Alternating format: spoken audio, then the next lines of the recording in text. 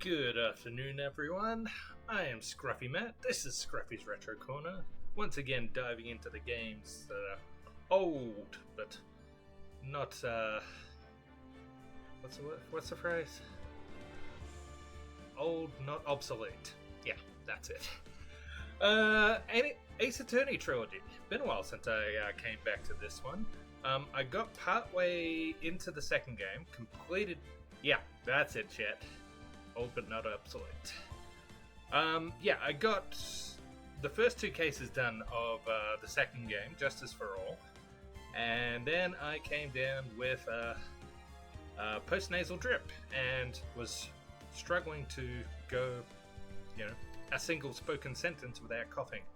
So, reading dialogue, doing character voices, it was a bit of a strain for me. So I dodged back into my Sonic Marathon and did Sonic Heroes for a while. But that game is finished and I'm feeling a lot better. Still coughing a bit, but I think that just comes with being asthmatic. So we're going to get back into this because I enjoyed this game. And yes, I remember getting an ominous report from Dom McLean and Chet the Bringer of Death. Hi, both of you. That the case that I was up to, that we're starting today, is a really bad one. I seem to recall you said it was the worst in the entire series, but Dom, you're now saying there's a case in the fourth game that is much worse. So would this make this the second worst case, maybe? Well, I guess we might as well get started and find out just how bad this is.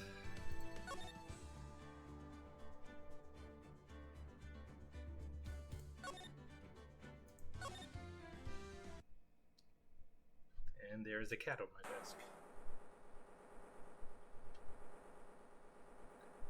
Prepare to witness a man who has mastered the wonder of flight. Ooh, are we at the circus? Lots of fans think it is. We don't think it's as bad. Definitely not as bad as this one in Game 4. Okay. The world's greatest magician. The one. The only. Maximilian Galactica.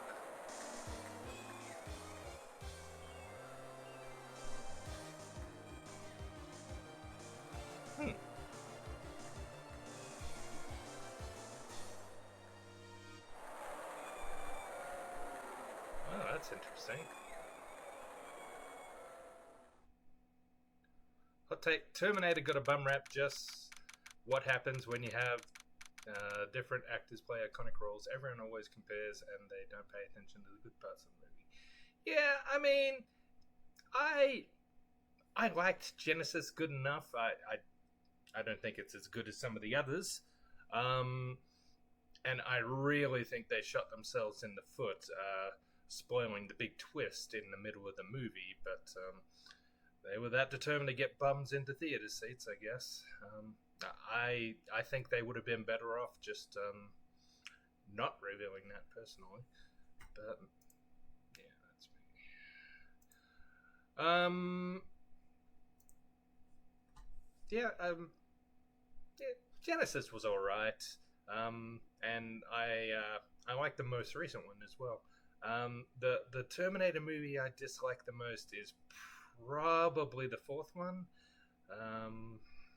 It's just so bleak, bleak, and it doesn't really hold my interest that much.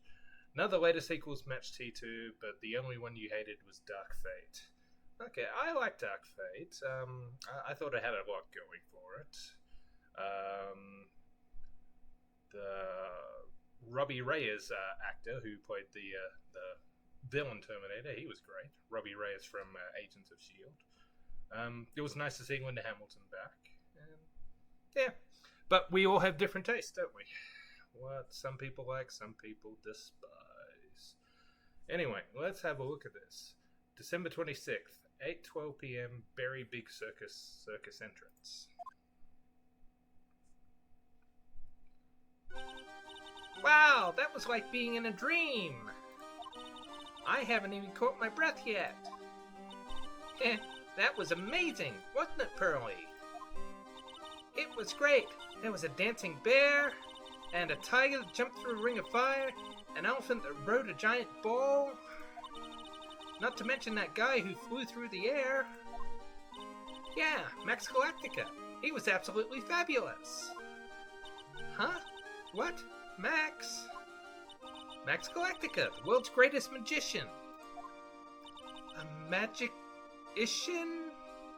So this is a bit of a coincidence, because just earlier today I was watching the latest episode of the Oxventure Deadlands series, where the party were fighting against an evil magician illusionist, complete with all sorts of death traps, like the tank that's slowly filling up with water, being strapped to a table and threatened with being sawed in half, and all that kind of stuff. It was fun. But yes, he was hovering above the ground too. I can see the wires! No, a magician. Mr. Nick? Huh? What is it, Pearls? Does magic have anything to do with channeling spirits? I don't think it has anything to do with channel. You don't know about magic, do you, Pearls? I'm sorry. I like that the two of them are looking out for little Pearly. She was left in kind of a bleak spot with her mother being arrested in the previous episode, didn't she? I braved the winter cold and took Pearls to see the circus. It's been 6 months since that terrible incident in Corain Village, and it was during that trying time that I met Pearls. Thankfully, she seems to be recovering from it and is returning to her normal self. It's time to go. You're right, we can't miss the last train. Pearls, you remembered the train. Of course I did. But I don't really understand what everyone means by express train. Well, Nick, see you later. I'll come by to help clean the office. It's gotta be spotless for the new year. Oh, don't worry about it, really. You are going to visit Mr. Nick on New Year's? Maybe. I'm glad you will get to spend your New Year's with your special someone. Pearly! Look, it's time to go. Happy New Year, Mr. Nick! Happy New Year. I really hope it will turn out that way.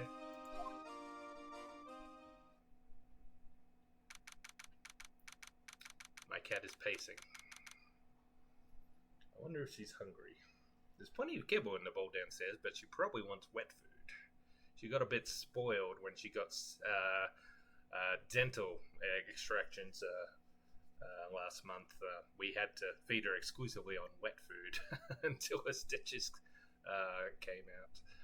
And yeah, she's been a bit spoiled since then, haven't you? Girl fights for a ship. Gotta respect. Certainly. Alright, so December 28th, 9:12 a.m., Wright and Kern Law offices. Well, today wraps it up for this year. I hope I can finish cleaning this place up in one day.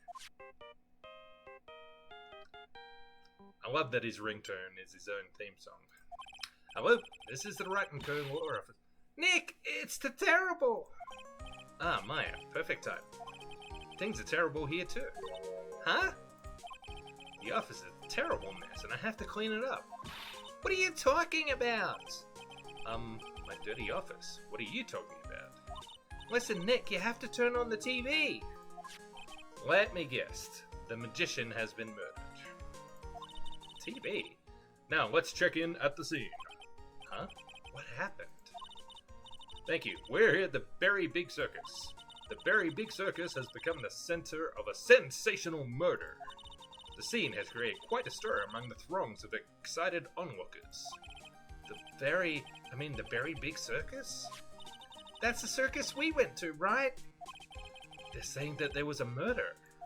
Yeah, they arrested him too. Arrested who? Max! They arrested Max Galactica. Yeah, I see your face palm, Don McLean. I wasn't going to say anything, but yeah, Very Big Circus is a bit on the nose. Maya said she was a huge fan of Max. I mean, compared to some of the other pens we've had in this game, it's not that bad.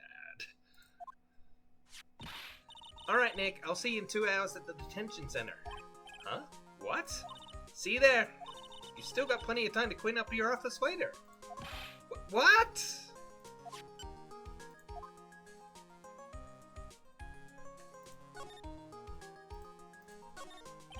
Charlie, a quite decorative plant.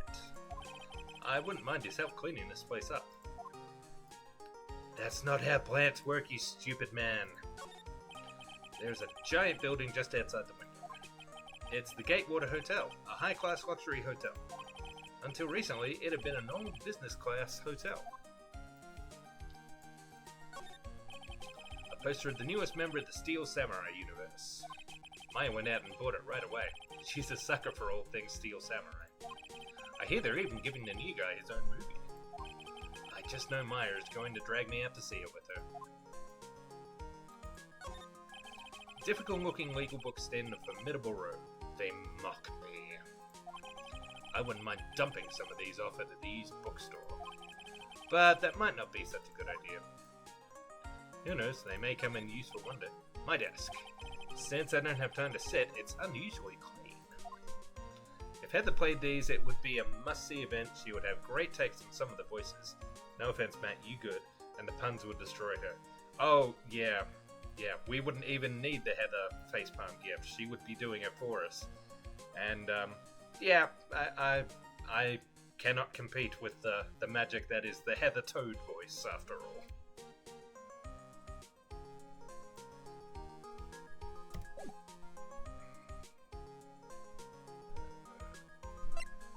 Alright, I guess we go into the detention center then.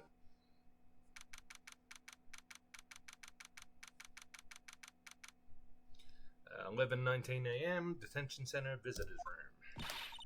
What are they talking about? Why did they arrest Max? You're asking the wrong man on that one, Maya. Maybe he uses magical skills to deal death with a sleight of hand. Maximilian Galactica would never do such a thing. Fabulous! What the young lady said was absolutely fabulous.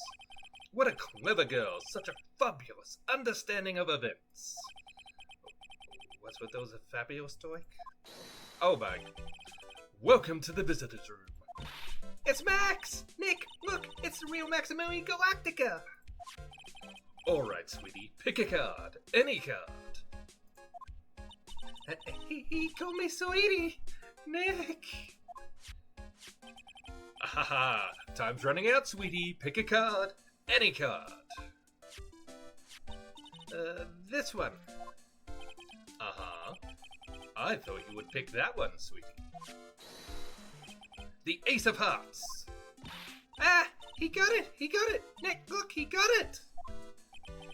What can I say, sweetie? You've stolen one of my most valued possessions. One of Maximilian Galactica's hearts. Max. Well, time to make this an absolutely fabulous time. Max, you should let Nick pick a card. Eek. I don't want to steal one of his hearts. And you are? Oh, how silly of me. You must be Sweetie's driver. Her driver? Whatever. Hurry up and pick a card. Any card. I want this one. So, Sweetie, let's be honest here. You came to the visitors room to visit me, didn't you? Yes! I'm your biggest fan! Fabulous! Absolutely fabulous! Thank you so much! Hey, what about my card? Oh, think of it as a souvenir. Okay. Well, Nick, I think it's time to get to work. What's the matter, Nick? Why are you looking at the ceiling? I was just thinking about what I should have had for lunch. Sweetie, drop Porcupine Head over there. Shower me with your attention, okay? Oh, yes! Absolutely fabulous! Absolutely cringe-inducing. Alright. Max, I was hoping you could tell me a little bit more about yourself. Fabulous! I think we should get to know each other better too. Why don't you come sit next to me? There's a big piece of security glass between us. Oh, sweet Jeebus, what in the world? If only I could use magic, then I could make this wall disappear. What, he's not gonna do the mime thing? No? Okay. What is this guy talking about? Anyways, lately you've become awfully famous, haven't you, Max? That's Maximilian to you, Porcupine Head. Get it straight. Jeez, people nowadays. They get their panties all in a bunch over nothing. Anyway, Maximilian, you won a very prestigious award recently, did you not? I did indeed. It was fabulous. I won the Magician's Grand Prix, held by the Association of International Magicians. It's an award that recognizes that I am the most fabuloso of fabulous world magicians. There was a trophy and a bust. It was an amazing day. Wow, that's incredible. Isn't it? I'm certifiably the greatest magician in the world. I'm going to guess he didn't win a trophy for the most modest magician. You're signed to an exclusive contract with the Very Big Circus, correct? That's the long and short of it. You sure do your research, sweetie. I'm impressed. You just can't watch a magician on TV, you know. Magic is so fabulous. You have to see it with your own eyes, sweetie. You're right. You're so right. However, the circus, it's a dinosaur, a thing of the past. Nowadays, no one even cares about what goes on there. Huh? What do you mean? That's why I signed the contract. That's why you signed the contract? Thanks to me, the Very Big Circus is fabulously popular. People come out in droves to catch a glimpse of the magic of Max Galactica. I revived the dinosaur that is the circus. But to me, it was just another magic trick. Isn't it just wonderful, sweetie? Yes. I made all the old crusty circus performances obsolete. But I kind of like the circus performances. Mine looks a bit down. Tell me what happened at the Very Big Circus. Last night, the ringmaster was murdered. The ringmaster? You mean Russell Berry? I was expecting Strawberry, but whatever, I'll take it. Someone smashed him over the head, I hear. He was slumped over on the ground.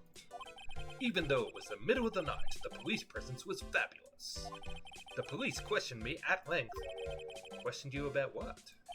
About everything. I was the last one to see the ringmaster before he was murdered.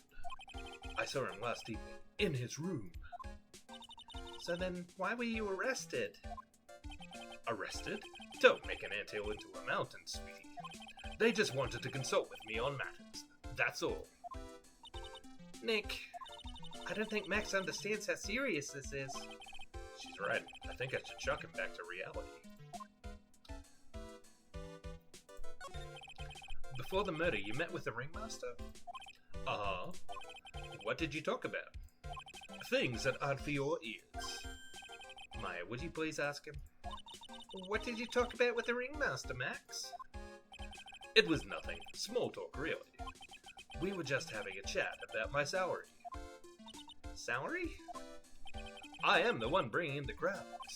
I think that I should be compensated as such. You agree, don't you? Yes. That's all you talked about? Of course. It was a fabulous chat. Oh, I'd forgotten about the whole flying thing. Just fabulous. I mean, now he's got me saying it.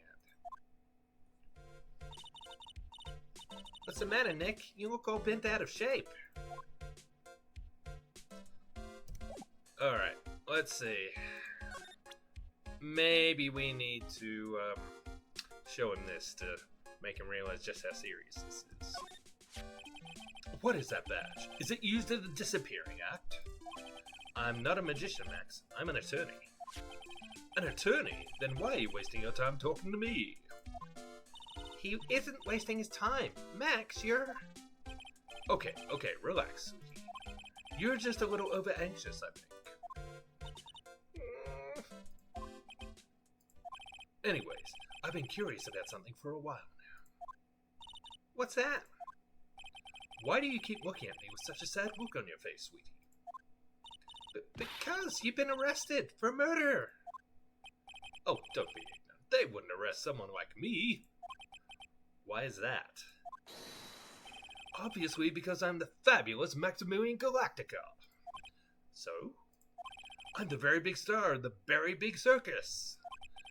And that means I'm rich. I'm paid fabulous sums. Which means what? Max. Quit joking around. You've got to be pulling my magic wand. Ah, finally. The police aren't really serious about all this, are they? They don't arrest people as a joke. Ugh. Look at Max. He's crushed. Well, he need to wake up and smell the coffee. This is serious business. Yes? Sir, you're a lawyer, right? Huh? Oh, yeah, I'm an attorney. Please, help me. I didn't kill nobody. Didn't kill nobody? I may be more spoiled than a hog in a hamburger mud pit. But a killer? That's insane. I could never. Max? I swear. I just wanted to pay off my daddy's debt. He's back on the farm. Okay, I'll take your case. Really? Really? Thank you much. Y'all sure are nice folks. Max? Yes? What's your real name? It's Billy Bob Johns. What's the matter, Maya? He's really just a country bumpkin?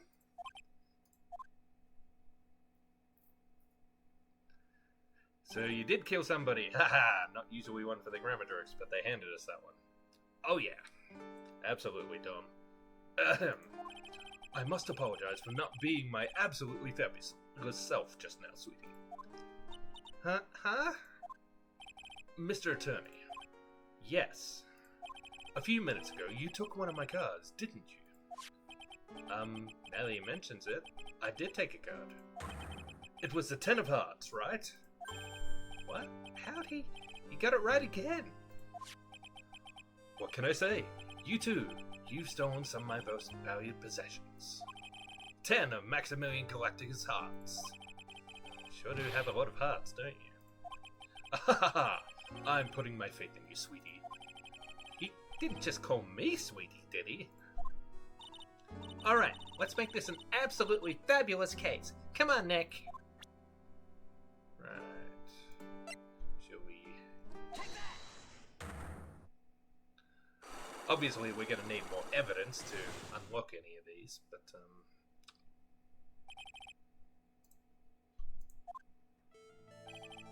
Last night you met with a ringmaster, correct? To negotiate your salary and such? Exactly. We reached an agreement about the salary for my 6-month-old contract. That's the truth? The whole truth? What do you mean? You just went to his office to negotiate your new salary. I hate lies, and I hate liars even more.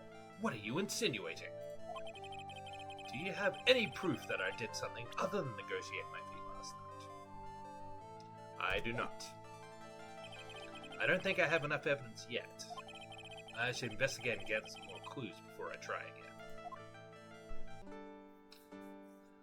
again. Alright.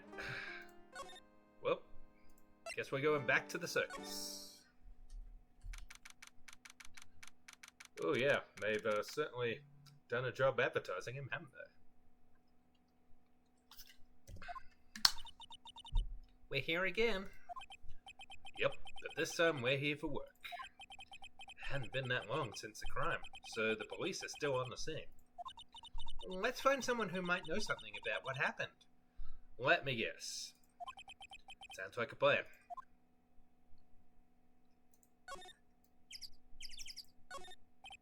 It's a snack stand. They have hot dogs, hamburgers, and drinks. Not to mention candy and popcorn. They've even got snow cones. Who would eat snow cones in the middle of winter? Nick, do you think we can buy some snow cones? Now look around, there's tons of snow piled up all around here. Yay! Wait a second, there's no syrup though. I want syrup! Hopefully she doesn't notice that discolored snow in the corner. That's not syrup. Ugh.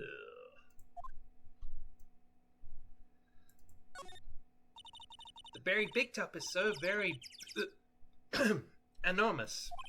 Yep. One look at the huge tent looming over you and you realize this is the circus. I know! It really gets your blood pumping, doesn't it? Look, it's Max! Even when you don't want to see him, poof, he's right in front of you. Sure, the sign says Berry Big Circus, but looking around, it might as well be Cirque de Galactica. It's not wrong. The stars on his cheek sure are dreamy. How about I draw a star on your cheek, Nick? I've got a marker. Nah, it's alright. Nick, the entrance is right here. Maya, the circus is closed today. No clowns, no elephants, no shows. I know that. Nick, you can get your picture taken with Dolly the elephant. There's no Dolly, not today. I know that too! Oh well, I'll just have to take a picture with whoever I stumble across. It's not like we're here on business or anything. This is the box office where they sell all the tickets for the circus. They also sell programs. I forgot to buy one when we came to the circus last time. So why don't you buy one now? Sounds like a plan. Oh no, looks like I forgot my wallet. If you want me to buy it for you, just ask me already. You know I'd never do that to you, Nick.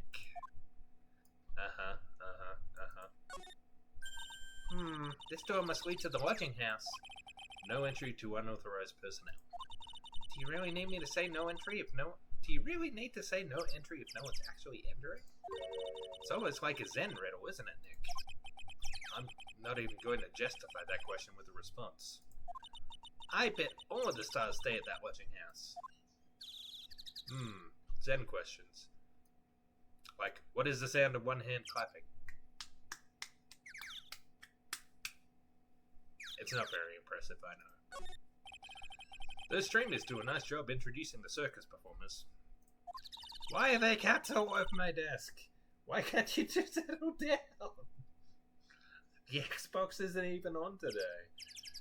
Usually when I'm in here, I've got the Xbox running and I have to tell them, no, you can't sit there, you're gonna get it full of cat hair.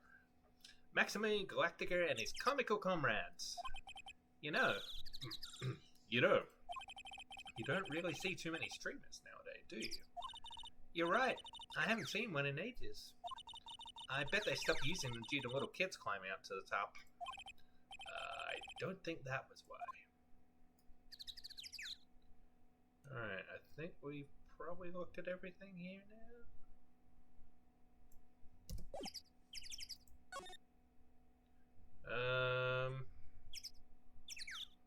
Big top or lodging house? I guess we'll start with the lodging house. 728, Lodging House Plaza. There seems to be a dorm where all the performers in the circus stay. Oh, wrong voice. Really? So we might run into that stoogey clown here, right? He's so kooky. Ah, it's you two. I knew it. I knew he'd be here. Oh, Detective Gumshoe. Hang on. Let me put on my Gumshoe voice. How is it you guys always seem to know when I'm working a crime scene, pal? Because you're always working, Detective. Well, I'd rather not be always working, but with crime, you don't make your own hours. If I have to be at the circus anyway, I want to see the lion tamer in the tightrope. However, no matter where I go, the show is always the same. Dead body, stage left. Very dramatic. Nick, he complained. That's a rarity. Let's get back to business now, okay?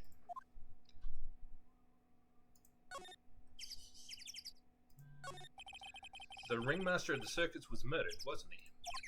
Yep, last night around 10 p.m. He died outside in the cold. Pretty sad way to go out, if you ask me, pal. It was rather cold. This is the scene of the crime, pal. The body was found right over there. Right about where you're standing now. Ah! Oh, surprised you, didn't I? I'm not laughing. Excuse me, but do you mind telling me what happened to the victim? He was killed by a blow to the noggin, pal. Yeep. Yeah, it's pretty clear cut as far as murders go. He was discovered quickly. But? There's just one thing that doesn't quite fit. Ha! There always seems to be something that doesn't quite fit. What was this one thing that didn't quite fit? The thing you mentioned earlier. Footprints, pal. Footprints. Footprints? Look at this picture of the crime scene. What's this? This wooden box under the body. No clue, pal.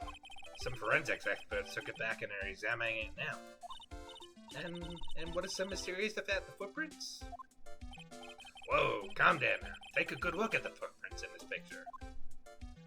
Yeah, there's some facing in the other direction. The victim's footprints are on the scene. That's right, pal. The problem is, the killer's footprints aren't there.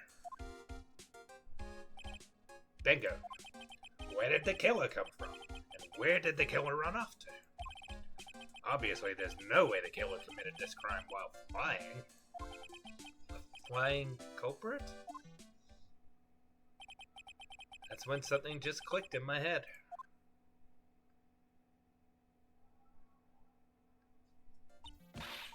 There's no way! Flying is impossible! That's right. Flying is impossible. Absolutely impossible. What's with the hollow laugh, pal? I meant nothing by it, pal. Huh? Better stated, it means I don't want to talk about it. Maybe I can get some info about Max out of him. Crime photo added to the court record. Picture of the crime scene. Do you know who will be the prosecutor in court tomorrow? Of course. It'll be Ms. Von Kammer. She isn't gonna hit me with her whip again, is she? What do you have to worry about? You only have to see her in court. When she shows up at the precinct, the sound of that whip never ends, pal. Detective Gumshoe, I'm sure Ms. Von Kammer is really interesting and all, but there's someone else I'd rather talk about. Like who? Like Mr. Edgeworth, of course. I'm Miss Edgy. You know, Nick's true rival, Miles Edgeworth. Wonder what happened after I went back home. Mr. Edgeworth, you haven't heard what happened to him? Nick won't tell me. Well, to be honest, I'm not at liberty to tell you either. Let's just say he's not around anymore. He's not around? Nick, what does he mean, Mr. Edgeworth isn't around? Exactly what he said. He's not around. Edgeworth is gone. Don't say his name again, okay? Nick.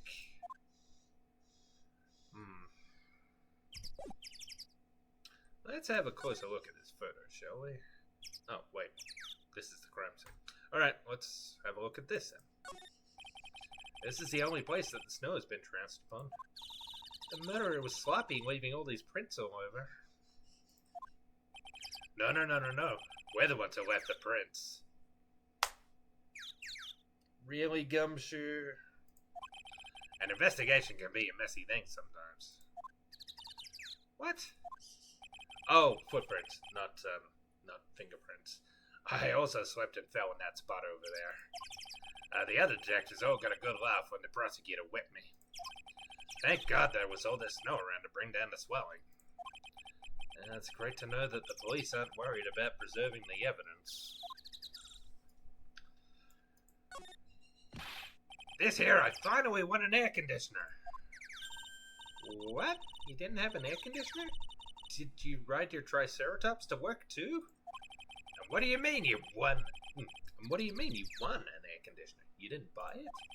I can't afford one of those things. But I got lucky and won it as a door prize at the annual police Christmas party. They really pay you peanuts, don't they? Peanuts? I don't even get paid enough for peanut butter, let alone peanuts. That's a shame. I like peanut butter. Almost as much as I like Vegemite. The safety lights around the circus are kept on all night long. So they should have been on at the time of the murder. So he's saying the murder took place in the night. How strange. How strange indeed.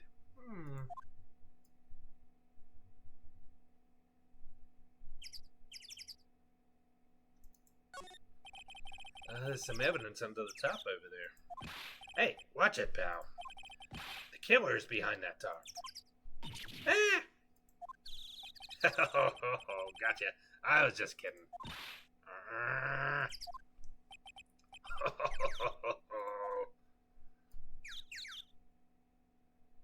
Looks like everything here.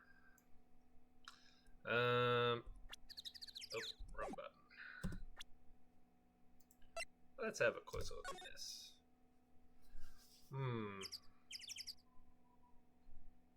So I thought that some of those footprints were going in the other direction, but maybe I was mistaken about that.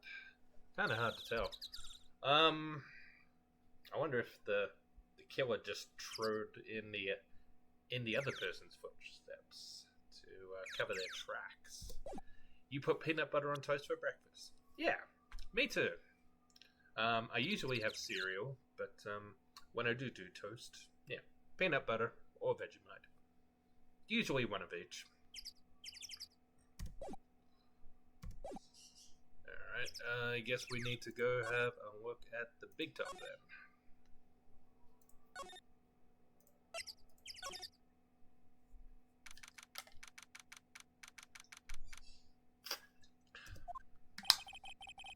The circus stage sure doesn't look this small from out in the audience.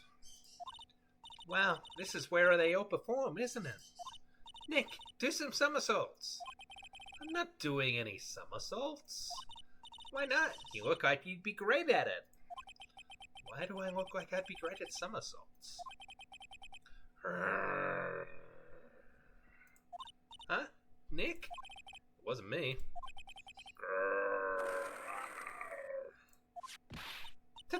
Tiger! He's coming this way! Ah! And that was the end of Phoenix Wright. Nick, you're too young to die. Nick! Stay. Heal!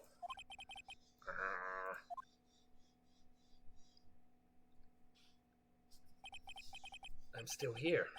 I'm not dead. Yet. Nick, are you okay? Haha, scared you, didn't I? Regent is such a cute tiger, isn't he? What's the matter? You two sure are quiet. What's the matter, me? Nick, he almost died there. Ha, he wasn't anywhere close to getting hurt, let alone die. This little tiger hardly ever bites people. Besides, people normally never get to play with a wild tiger, right?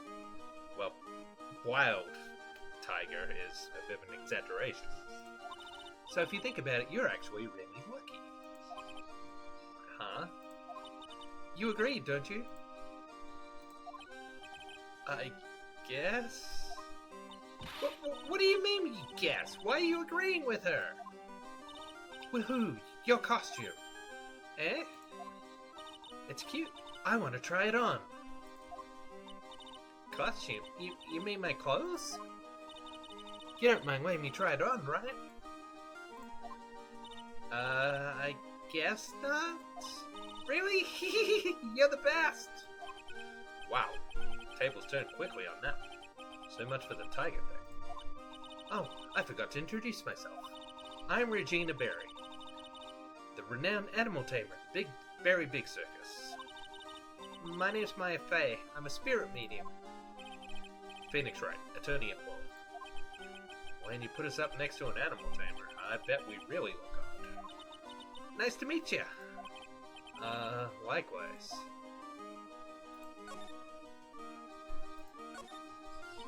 Hey, Regina, what do you know about what happened last night? You mean the murder? Uh-huh. My dad was... Oh, her dad was the ringmaster? Oh, I see. Wait, what'd she just say? So, the ringmaster was your... Yep, the ringmaster was my dad. She doesn't seem terribly upset, does she? I'm so sorry about what happened to him. Why do you say you're sorry? Huh? Anyways, everyone was here practicing last night. Even your dad? Yes, everyone was here. We finished up around 10 p.m. After that, everyone went off on their own. I was the only one who stayed around here. Why did you do that? I was playing with Regent. Regent? So she was with that beast. That's when the police showed up. When they took me to check things out, Dad was dead. For someone whose father was just murdered, she seems awfully perky.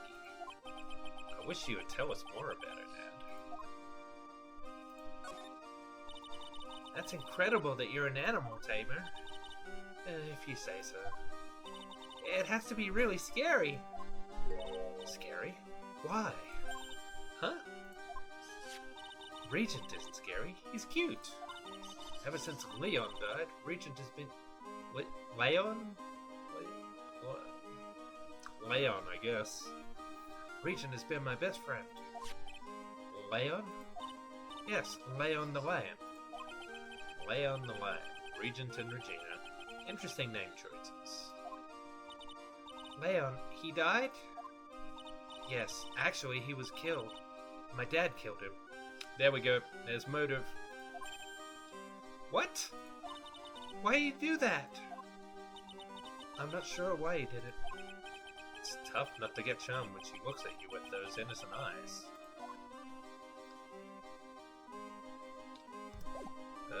Perhaps we should show her this. What about this? What can you tell me? I'm not really good at figuring out hard things. Really? You too? I understand exactly what you mean. I never expected Maya to make a new friend in a strange place like this. What about this? No, nothing there either. Alright, guess we better look around.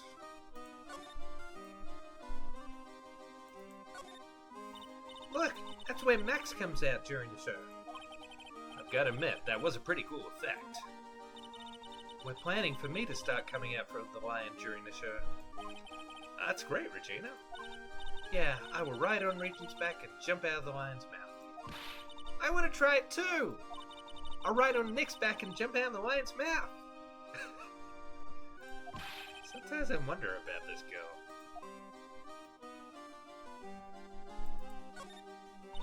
Whoa, those lights are huge! I love lights. Whenever I appear under the spotlight, everyone claps for me. That's because everyone knows that you're cute. No, I'm not cute. You're cute. Oh my god, she just Keanu Reeves'd her. Me? Of course, I'm sure you'd make an incredible heroine. Really? You think so? Nick, did you hear that? Me, a heroine. What about Nick, Regina? Nick. He's no hero, is he? Ouch. Thanks a lot, Maya.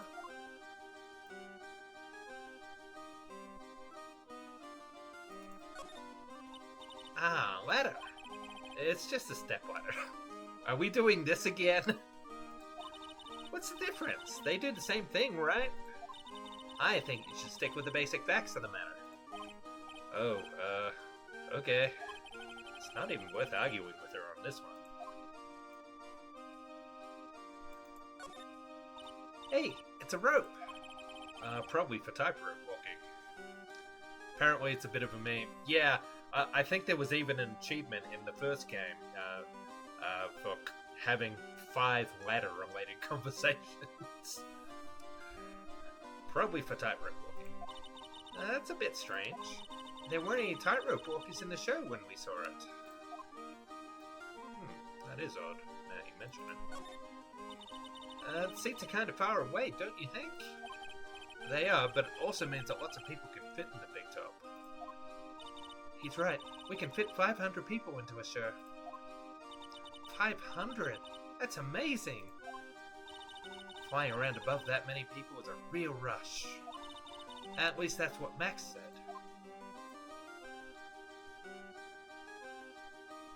Alright, looks like that's everything here.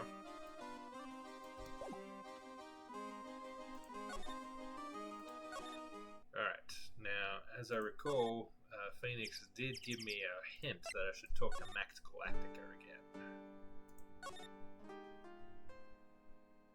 Maybe not?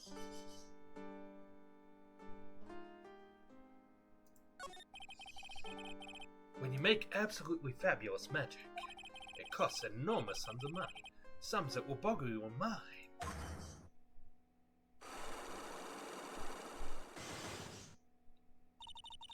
That's why you went to his room that night? I went to ask him for a fabulous raise. I wonder how people can lie with such a straight face.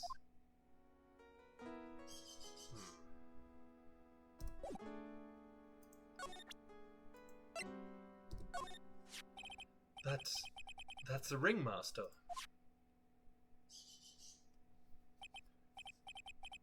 It's a shame what happened. He was going to be like a father to me.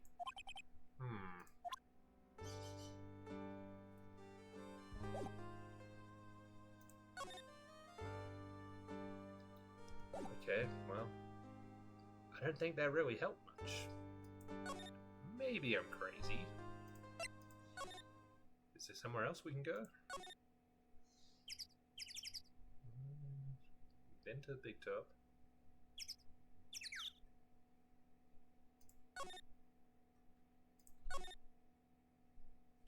Well, we've talked to everything around here. Well, let's try going back to the lore offices, maybe.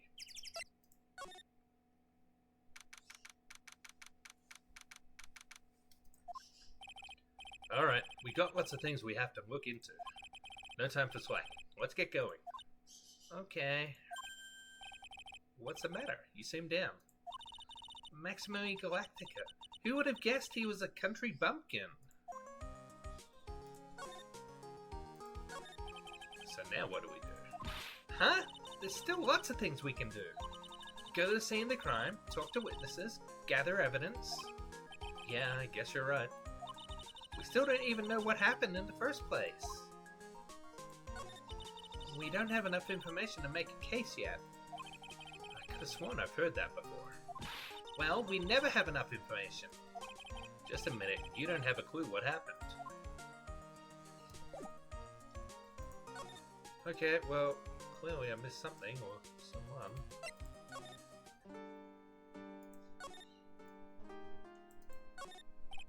This guard monitors the visitor room. He's so quiet, you could forget he was even there, if he wasn't watching everything. He's pushed up against the wall, kind of like a magnet on a refrigerator.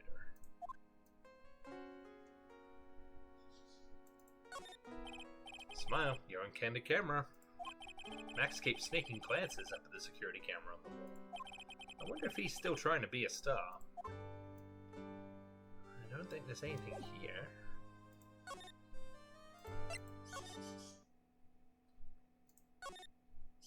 Is there something I've missed?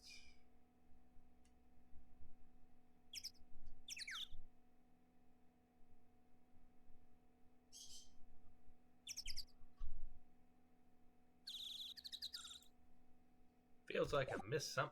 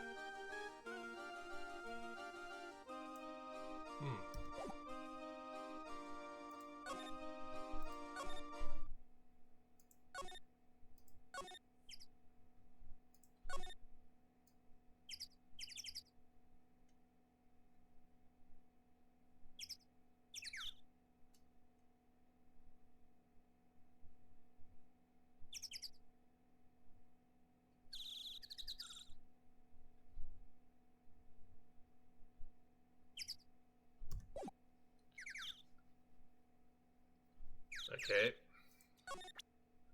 Well, the only other thing I can think of is start showing everyone my inventory. Come on, you flashed that badge at me so many times it doesn't work anymore. Why don't you try wearing a different badge every now and again? Well, I do have a Steel Samurai badge with me. How about that one? Ha! I'll only wear it if Detective Gumshoe carries a Steel Samurai police badge. Then it's a deal! I hear that Detective Gumshoe has that very badge. What? Don't look at me like that. You're making me nervous. I don't think he's hiding anything with me. Gumshoe's a pretty straight arrow.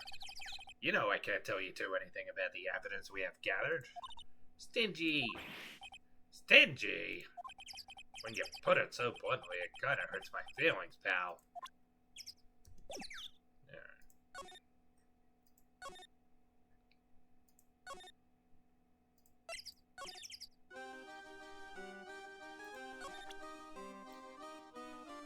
I feel like I showed her the crime scene photo, didn't I? What about...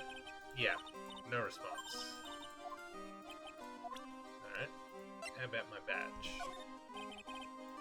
No?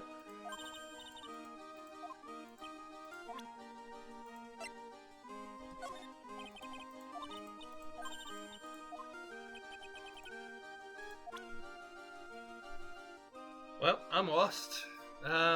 Anyone want to give me a hint here? What have I missed?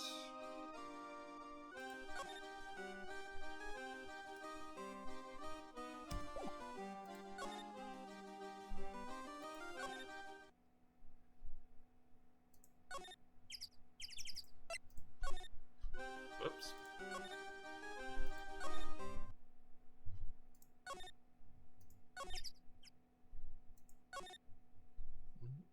Nothing here.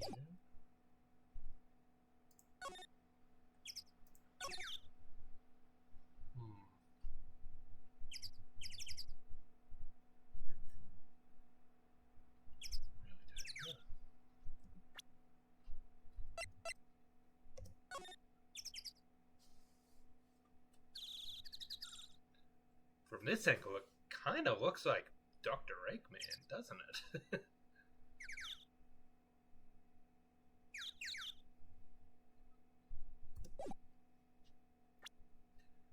Alright. Am I going to have to look up a guide for this?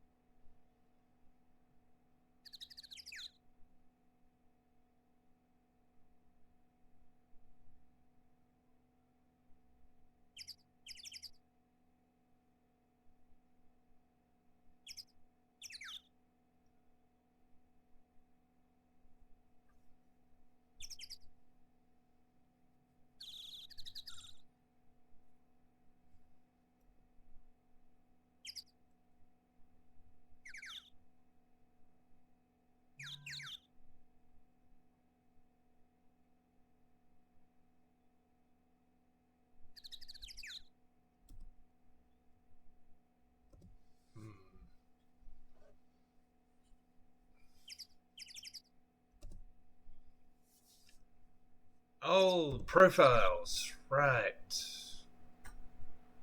Oh. Oh, what happened here?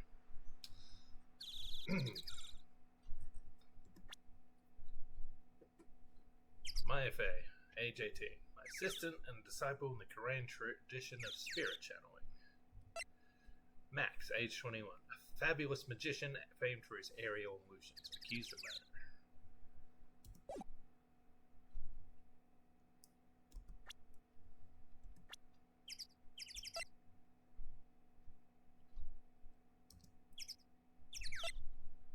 In the local precinct, in charge of the initial investigation. For Franziska von Karma, prosecutor in Germany since age 13. She's come to America to defeat me in court. Regina Berry, age 16, the idol of the Berry Big Circus and daughter to Russell Berry, the ringmaster. And Russell Berry, well, his mustache certainly rivals Eggman's. Victim and the ringmaster of the Berry Big Circus. Regina's father, age 52. That means he had his daughter kind of late, didn't he? Would have been in his mid-30s.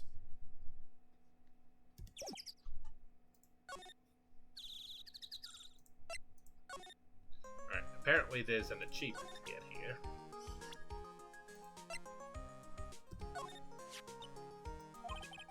What's the matter? You've been acting strange for a while now. Max, he's just some country bumpkin. So, why does that matter? He's still a famous magician, right? I guess, but his real name is Billy Bob Johns. Yikes, poor guy's got 3 first names. I guess that is pretty odd. Oh well, if a big star can do it, then you should pretend to be exotic too, Nick. Big star? Max Galactica is a pretty big name. Anyways, what do you think about Naruhodo A. Raito?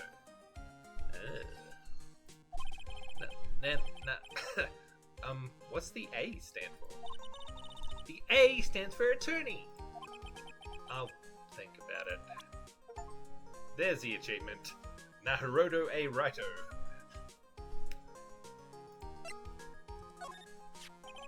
No matter what the crime, we always meet the same detective in the scene. Sometimes it seems like he's the only detective on the force. That would make Gumshoe really elite, wouldn't it? Something tells me that no matter how you look at it, he's anything but elite. Once you start channeling spirits, they say you lose sight of who you actually are. Do you really believe that? Not really, but just in case, I plan to write my autobiography. Your autobiography? You know, if she wasn't so mean, I think she and I would get along. Yeah, but that's the problem. She is so mean. And that whip, that thing hurts. It really hurts. It is kind of cool, though. I wouldn't mind having a whip myself. I bet that cracking the whip on you once or twice would be just what the doctor ordered. Why me? What did I do? Regina is so cute. I have to admit that her smile does have a sort of hypnotic power. Can you believe that she's an animal tamer? That's so cool. I'd like to try animal taming someday. Nick, lie down. Roll over. Once this case is solved, I'll roll all over for you as many times as you want. I hope she doesn't remember that. Yay! Remember you promised, Nick. Everyone loved the ringmaster. So I'm told. Why would anyone want to kill such a beloved man at the big top? Motive will surely be a point of contention tomorrow in court. You can count on that. Alright, let's try talking to some other people.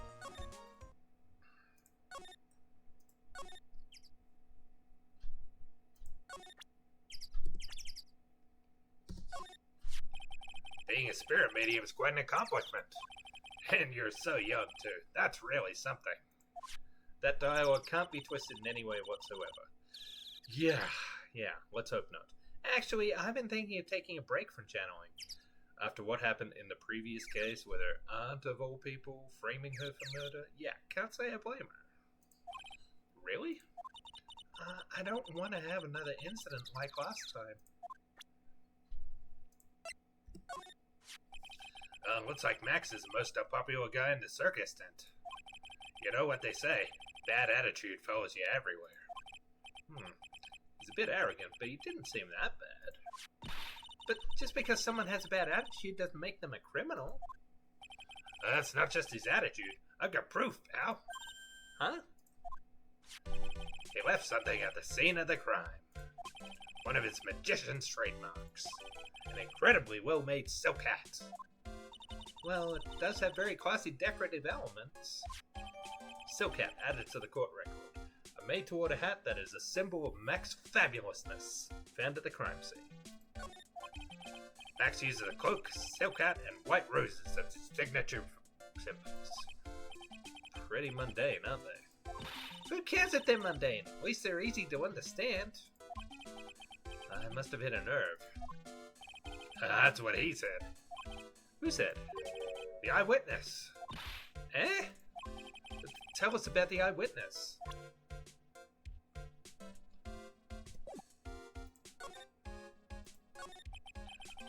So about the eyewitness?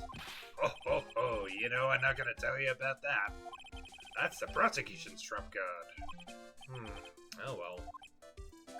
Oh, I just remembered. What? I forgot to mention that you two were barred from entering that lodging house. Why is that? Oh, no reason. Just something I remember to tell you. It must be because that's where the eyewitness is. Let's check it out. Don't you dare, pal.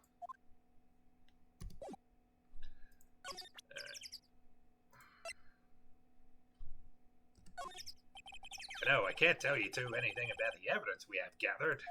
Stingy. Alright, let's keep going through the profiles here. What does he think of Montcalm, the junior? You're going down this time, pal. Oh, is that right? She's been practicing 1,000 cracks a day, pal. Cracks? Wait, you don't mean cracks of the... Yep, cracks of the whip.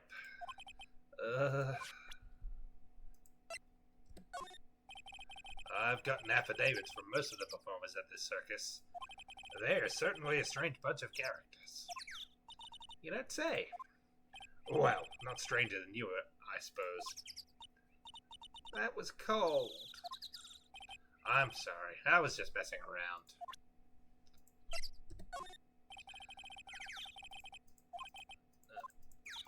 Okay. Alright, I think he's outlived his usefulness for the moment. Moe's room. Well, I guess we're ignoring police orders. I wonder whose room this is. Gee, I wonder. Name tag on the door says Moe on it. I guess he's not here. Wow, it's a real mess in here. My room's probably worse, though. Oh well, I give up. We'll have to come back later. Oh, banana peel on the floor? Really? Awesome! Look at these shoes! They're great! Forget the shoes. Check out the great gag banana peel. You sure it wasn't Moe's snack after lunch? Are you blind? Look at how many scratches there are from people slipping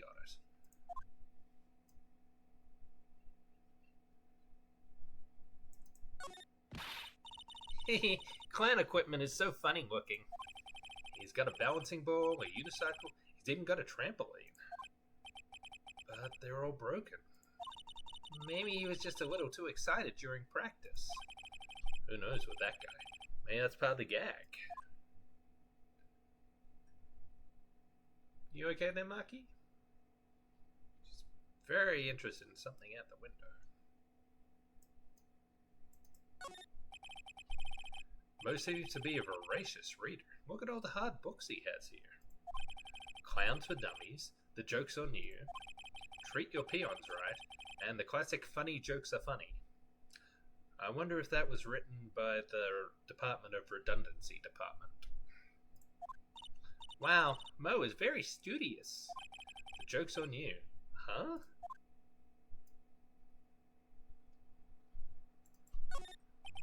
All these clown costumes lined up like that. I don't know about you, but it's creepy. Oh, look at the collection he's got. It's incredible.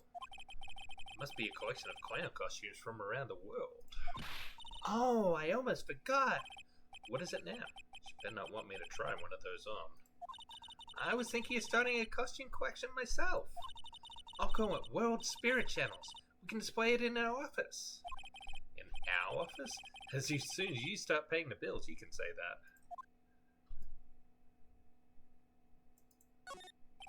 Mo's got an excellent pair of pajamas, laid on his bed in an excellent manner. What? Those are pajamas? You mean he goes to bed dressed as a clown? Ew.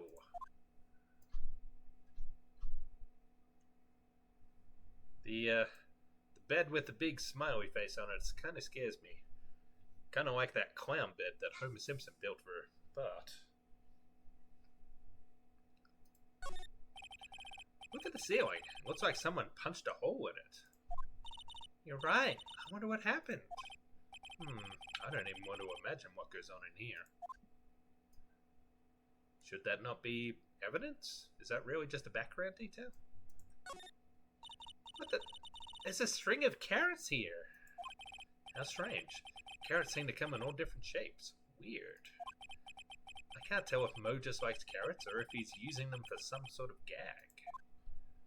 Yeah, that's a bit bizarre, but... Nick, you can see the scene of the crime from here. You can even tell that the ground has been disturbed. It's right in front of this window, about 30 feet away. I guess it wouldn't have been strange for someone to have seen the crime from here. Okay, I think we've seen everything in here for the moment.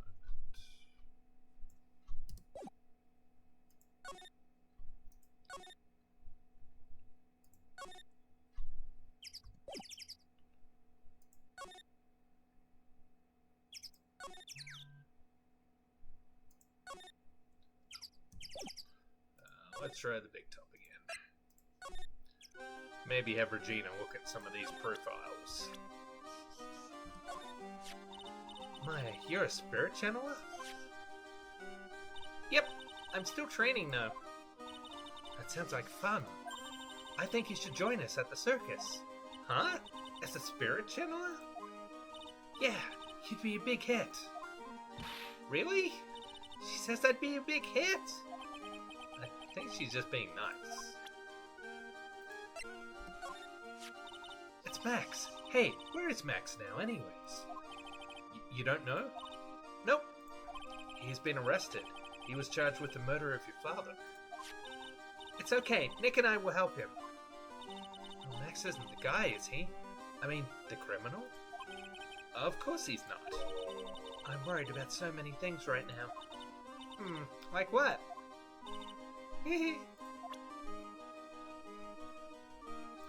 Oops.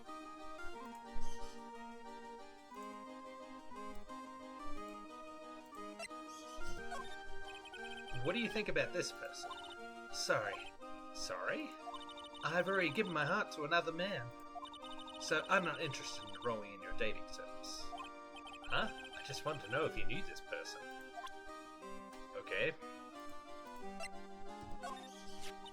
Cool, this lady's got a whip. She's an animal tamer, huh? Sort of. Two women with whips. That's my cue to shut up and act like a good boy.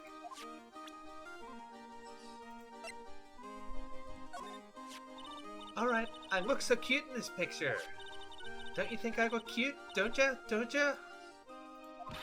You sure do. Oh, hi, Mr. Tofu. No objections here.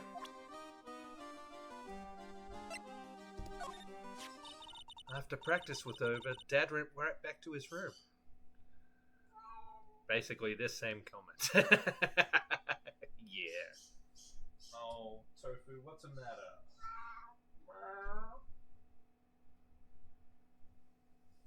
You're very talkative. What's the matter? What's the matter, Mr. Fluffy Boy? Tell me all about it. No? You don't want to talk? Okay.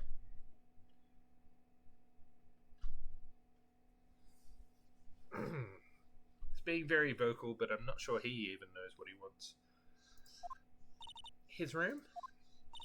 Yes. That door right over there leads to the ringmaster's room.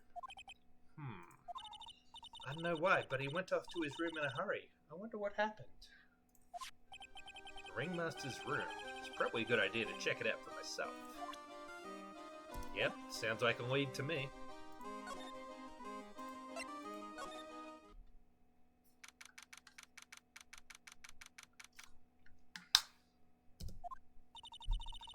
This was the ringmaster's room?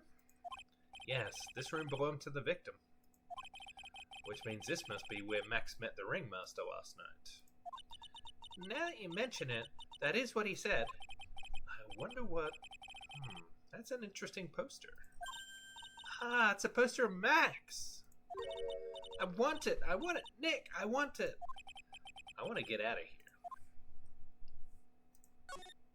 Ooh, what have we here? It's a table for guests. There are some papers scattered on top. Ah, look at this. Max's salary is written on this piece of paper.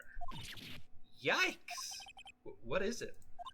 I didn't know that a magician... His salary's incredible. She looks like she's about ready to pass out from shock. How much is it? How much is it? That much? Incredible, huh?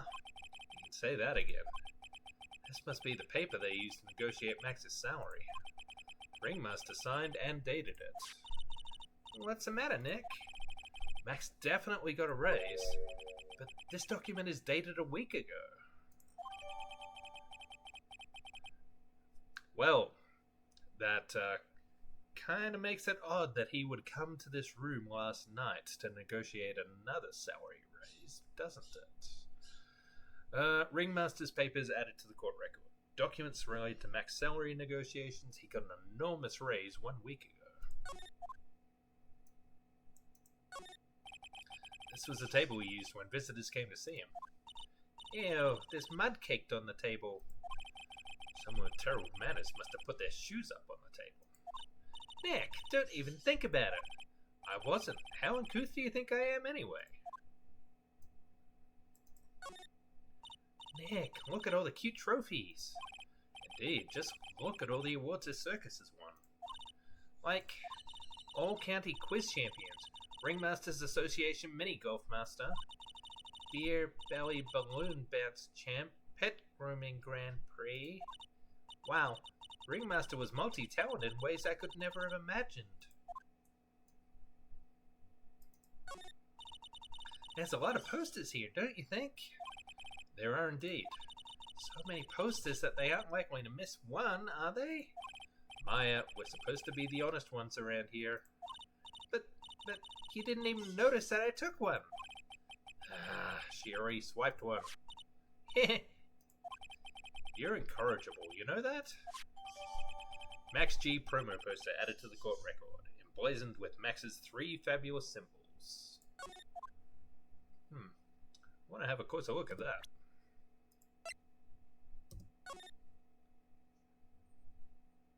So we got tiger and something, and is that a plane?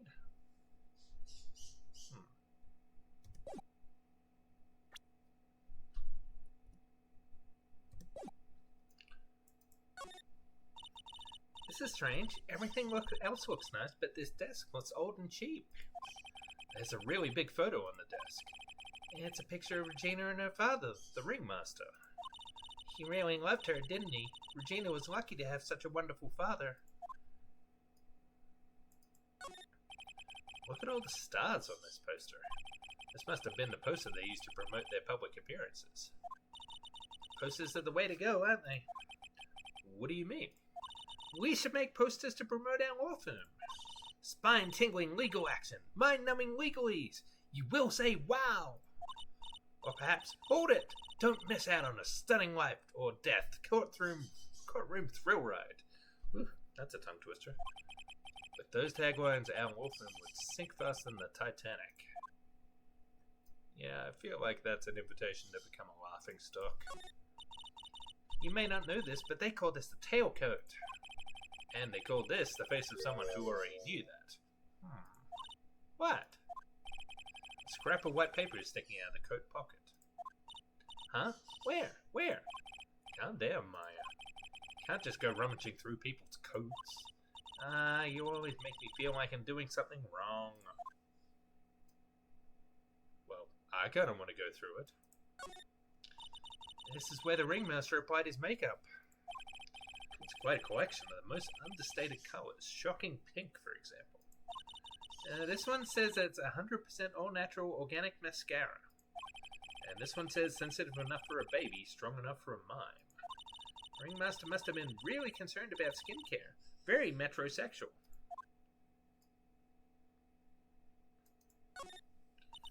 All of these frames look the same. They almost look like thank you cards. It looks like every year the Ringmaster made no donations to charity. To the Robot Clown Research Center?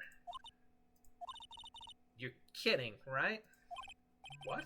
They may be a perfectly reputable charity in the field of advanced tomfoolery. Okay. That was a little weird. Nick, look at all the photos lined up on the wall. It's like a guided tour of the circus's history. This is so cool. Seems like there were so many happy memories. Maybe we should do this sort of thing at our office. We can put up pictures of all the clients who have been found not guilty. And what if we had a client who was found guilty? We'll just pretend like they didn't exist. How's that? Nick, now you got me thinking about losing cases. Why do you do that?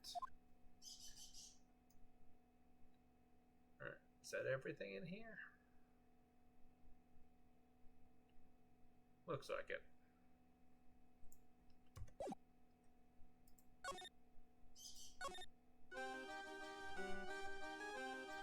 Alright, let's go back to the detention center and show Maxie Boy our evidence.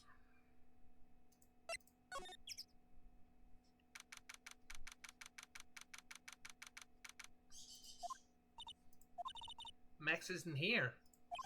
He must be in questioning. Aw, I want to see a magic trick.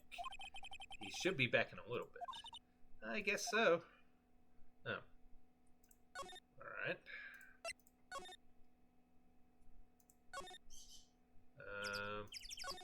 Should we talk to this guy again?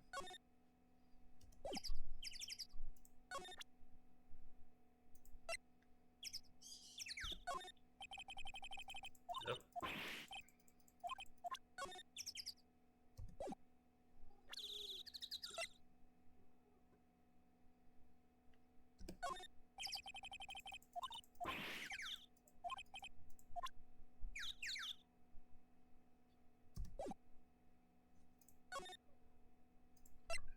Maybe Moe's back now. Nope, still no one in here.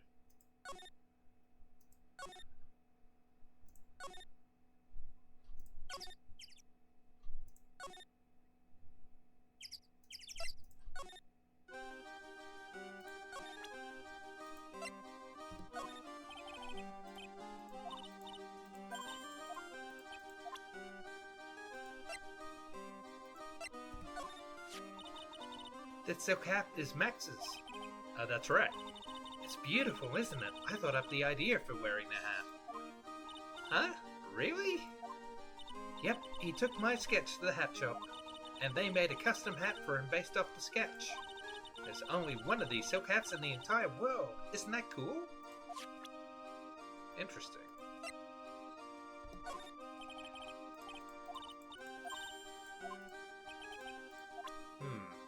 Okay.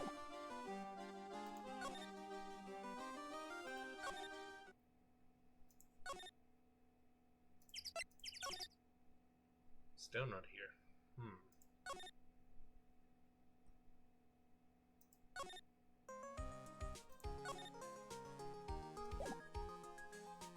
Alright, I feel like I'm missing something again.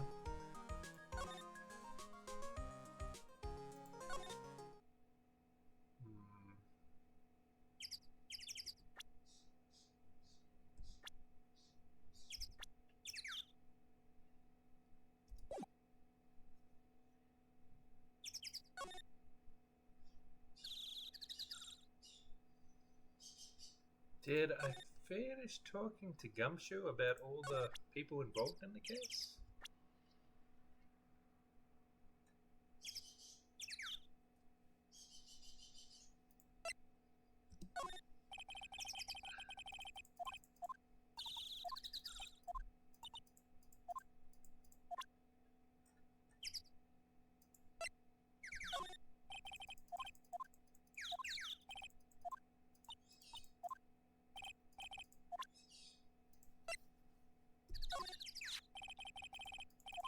Yeah, I did ask him about her.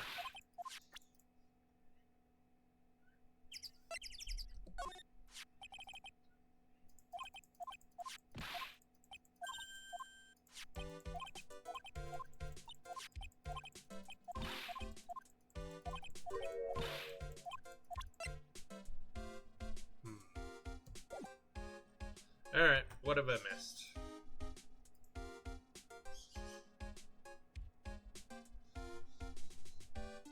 Oh, apparently there's a new conversation I can have with Regina. Oops. Oh, jeez.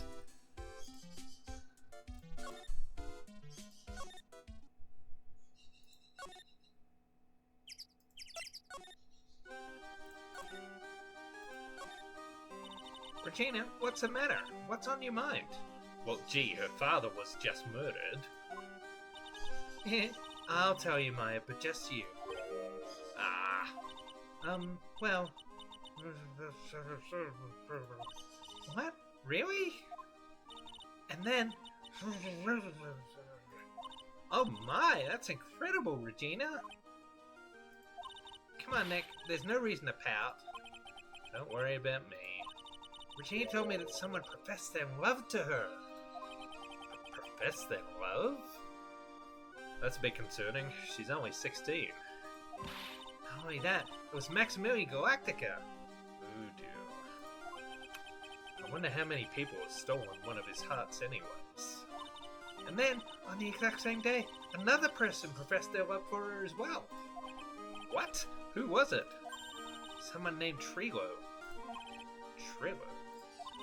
Apparently he's a tenor who sings in the circus. Haven't met him yet. Regina seems to be quite the hit with the men in the circus. She must have some sort of strange power over them. Yeah, that's one of the reasons this case is a bit divisive. Yep, I think that's a pretty good reason. Yeah. She must have some sort of strange power over them.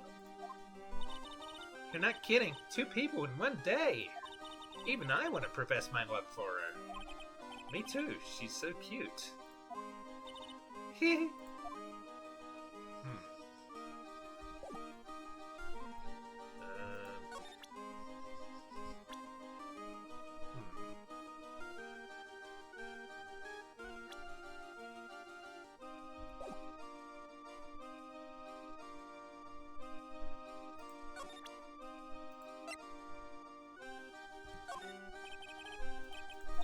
Nope. Okay.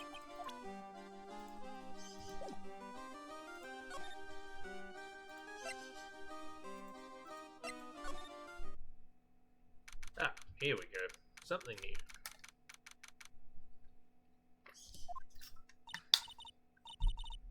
Huh? Hey, Nick, look over there. What? There's someone over there.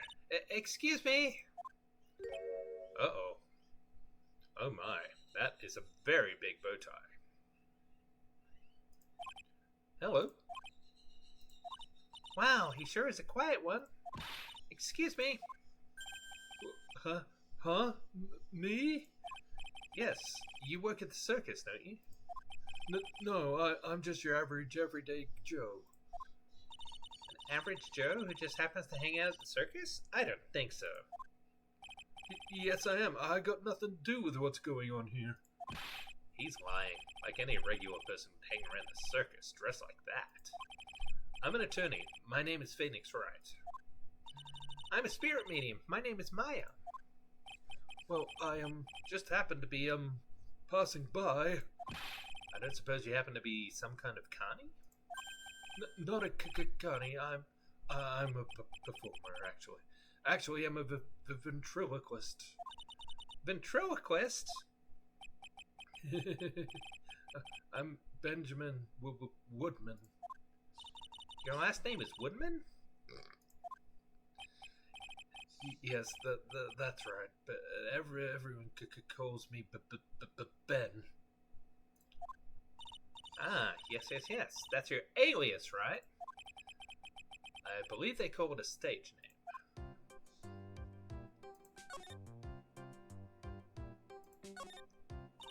Ben, so you're a ventriloquist? I'm just a regular guy. You already told us that you were a ventriloquist. Oh, yes. He seems very suspicious, doesn't he? Nick, don't yell at him. You can't do that. I can't help it. He's making me nervous. Ben, would you mind showing me some of your skills as a ventriloquist? Well, I right now,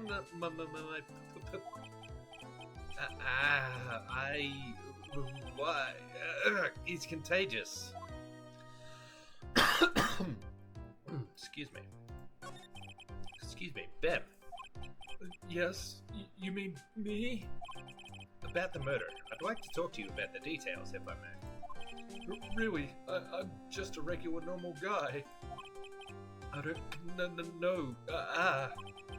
This guy's so nervous, he's creeping me out. Nick, cheer up. Just try and smile. Would you mind telling us something about Max? Maximum Galactica. Max? He's not very nice. Did he just say that Max is not very nice? Ow, my head hurts. Yikes. I hope he's okay. Sounds like he just popped a gasket.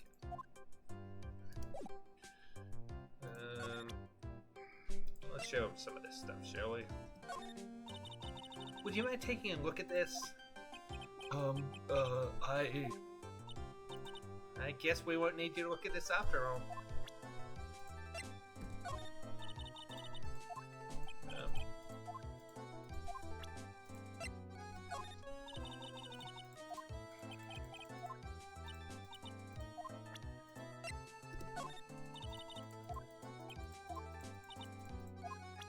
Alright, how about profiles? Would you mind taking a look at this? Oh. No? Okay.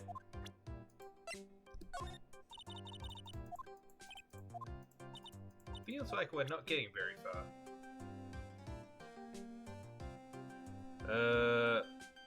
Face palms 1, 2, 3, and 4. The other two are in advance. They're coming.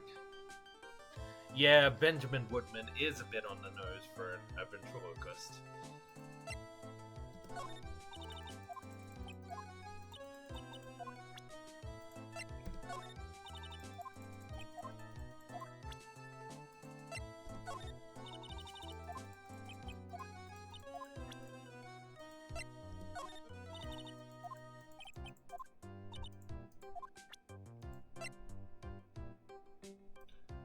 Real name Benjamin Woodman, a ventriloquist. Conversing with him is really tiring. Well, this guy's not being very helpful, is he?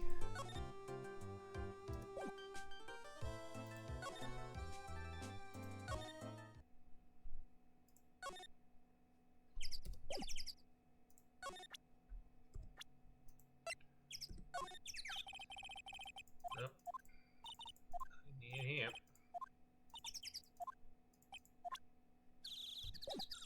Alright, let's check the clown's room again.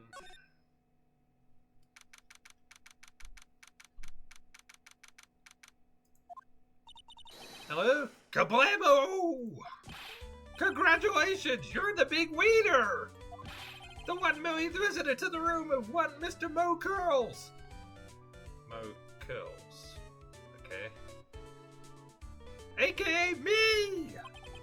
Earplugs. Must find earplugs. To celebrate this momentous occasion, would you care for an organic grape? Just one. Did you get my joke right there? I will, so I'll give you more than one.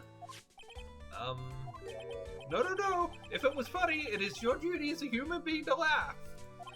People who don't laugh are usually last seen in Lansing. Catch my drift?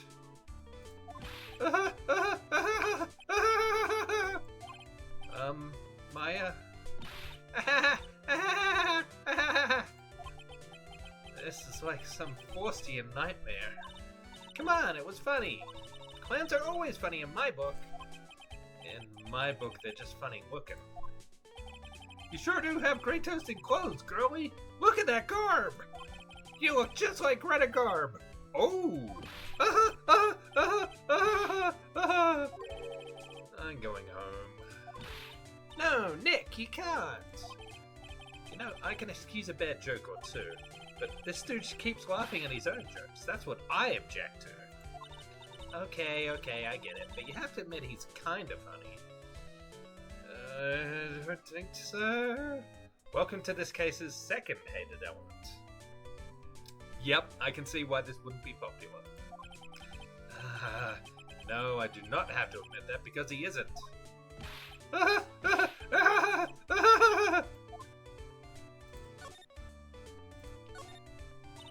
Could you please tell us more about the very big circus?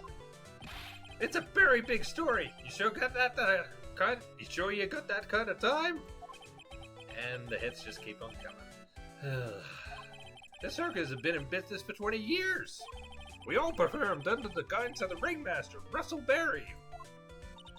20 years? Wow. Working in the circus is never easy, especially nowadays. With movies, TV, and bowling, there's just too much competition.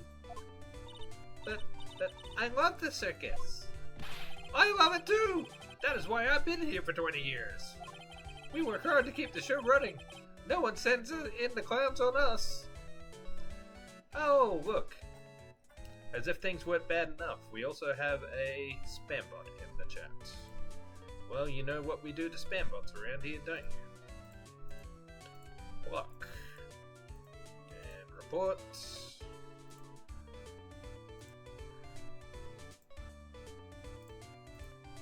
Spam bot.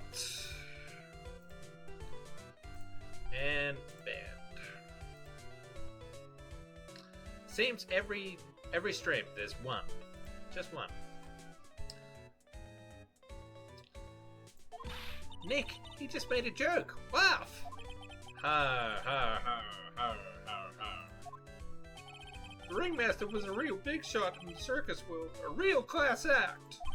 Even when there were no customers, Russell would use his own money to pay me. Because he knew that I had a family to care for.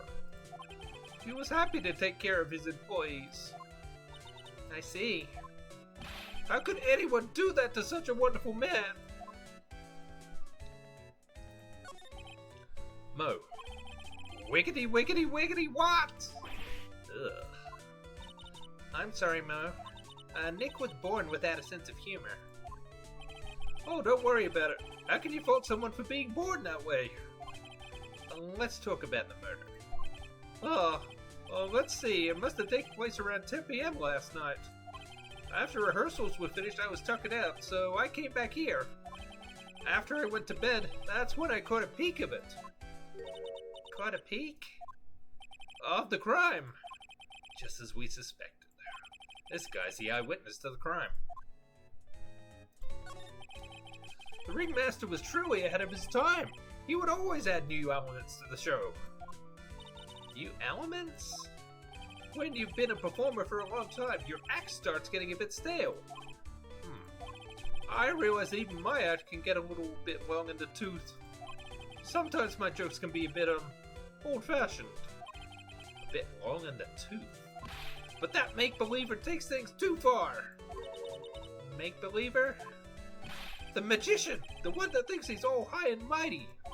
He had the gall to say to me, "You're one of those funny types, right?" What does he mean, one of those? Well, the joke's on him now. On him? Yep, he got on everyone's nerves. The day of the murder. Go ahead. Nope, no way. Just forget I said anything. I bet he's still hiding something about Max. You say you saw the crime. Do you mind telling me what you saw? Well, the police told me that I can't share my story with others. Don't say a word, pal. I'm just gonna have to let those loose lips stay zipped. That's not fair. I guess you're right. Maybe I can tell you a few details. But only if you can get old Stiff Lips here to make with the funny. Stiff Lips? Wait, do you mean me? Nick, you can do it! What's the matter? Just getting ready. Okay. Do you know why I, Phoenix Wright, am a great lawyer? Because I'm right all the time.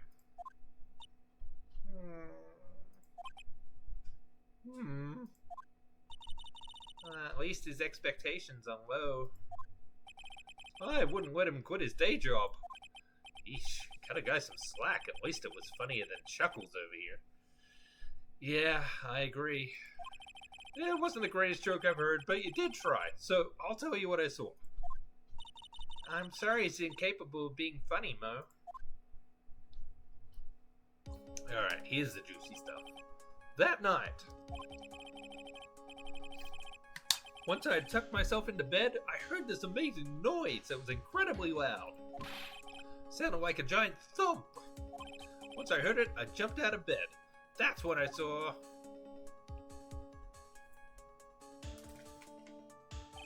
Without question, without a doubt, it was that magician. Or someone wearing his outfit. That's all I saw, but it just proves how terrible that man actually is. He knows more about Max than he's letting on. Alright, let's show him some evidence, shall we? Russell! How could anyone do this to you? Mo's taking this really hard. It's that uppity faker's uppity top hat. They found this at the scene of the crime, didn't they? That's what I've been told. Unbelievable. That jerk killed the ringmaster. It really is a shame what happened to the ringmaster, huh, Mo? Seems that the ringmaster was truly a great man. Should we show this to him? Well, let's see what happens. What do you think about this? Anything come to mind? You want some advice on your development as a comedian, right? I see. Well, this is what you do. When you tell a joke, imagine everyone's wearing underwear and dancing the lambada. I think that's enough advice for now. Nick, he was giving you good advice. Don't be so close-minded.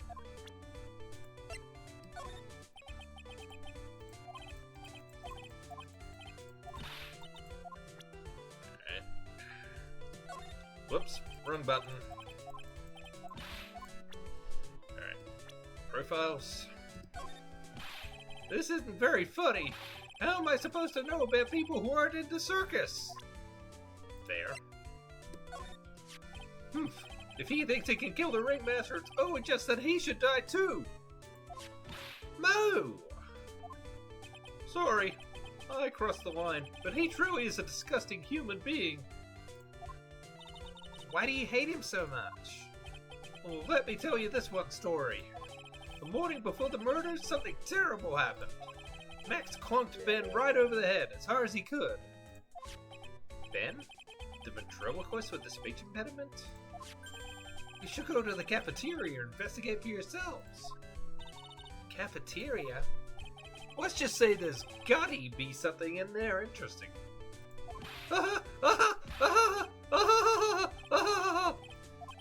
Ah, yes. The very big circus is very big, isn't it? You should always carry a map with you to get around. Ah, thank you. This is an atlas.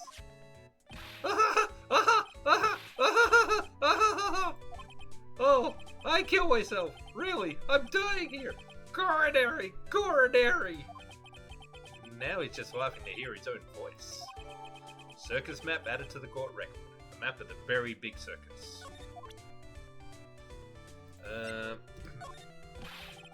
This isn't very funny. Oh, right. Probably hasn't run up on karma either. Oh, that's a ringmaster's daughter, Regina. Ever since she was a little girl, she's been watching the circus performances. Cute in the little puppy Maltese, that Regina. If only my Lorena was that cute. Lorena? Lorena is my daughter. She lives with her mother now. It's true what they say about the tears of a clown. Well, I've been friends with Russell ever since before the circus began. He was so selfless. He always thought about others before thinking of himself. I'll find a way to return the favor. He always took such good care of me. I wish I would have thanked him more than I did.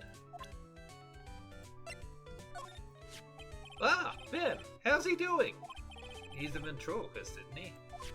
Oh, that's right. Boy, was I surprised when they told me his secret. He's got a second mouth where his belly button should be.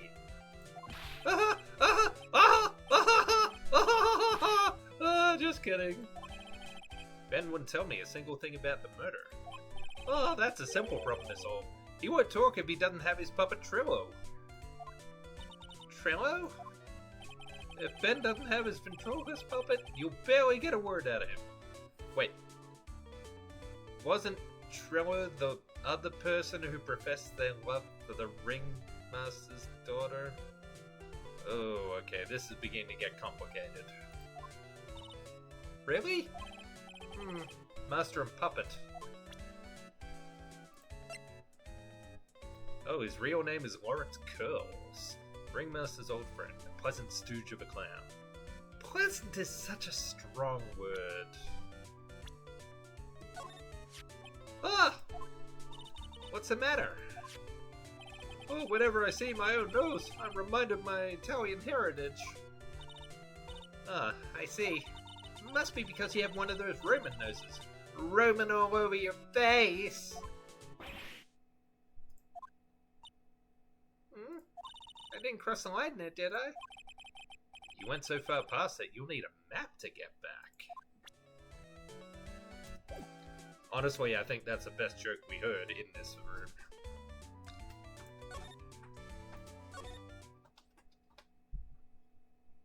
There's a cat behind me climbing the walls, isn't there?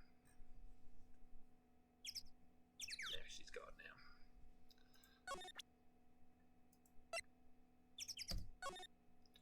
now. Alright, so we got the cafeteria over there. Acro? On the 3rd floor? What's that?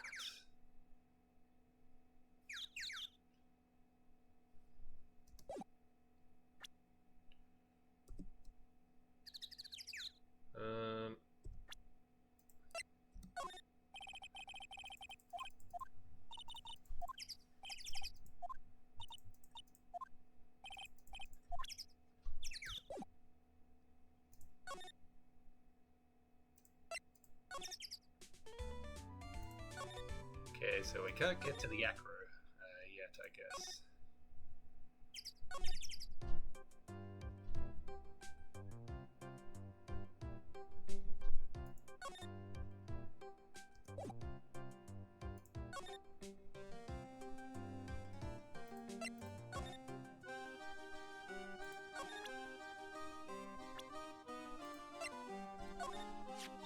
Ah, that guy. His name is Ben, right? Huh? You don't know him? No, he didn't really catch my eye. He's friends with Triller, right? Wait, we're the ones asking the questions around here. Oh, that's Mo! He's such a funny clown! He's been a good friend to my dad for a really long time now. He was good friends with the ringmaster? My dad always said, when it comes to who I can entrust the circus to, it's definitely Mo. Yep, that clown is one little stooge. Don't you think so, Nick? No comment. I'm suspicious of it, to be honest. I think the murderer is either him or possibly Ben.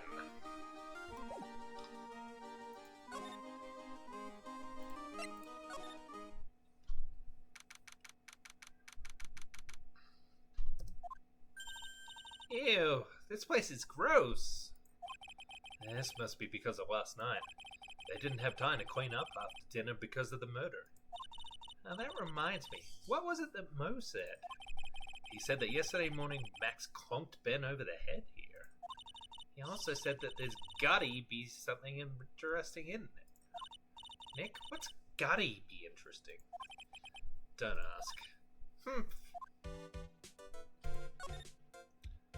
Whoa, look at this. This is strange. There's nothing on top of this stand. Look here. Max is written on it. It must be his VIP table. Isn't it a bit small to be a VIP table? Won't be putting a 10-course meal on this.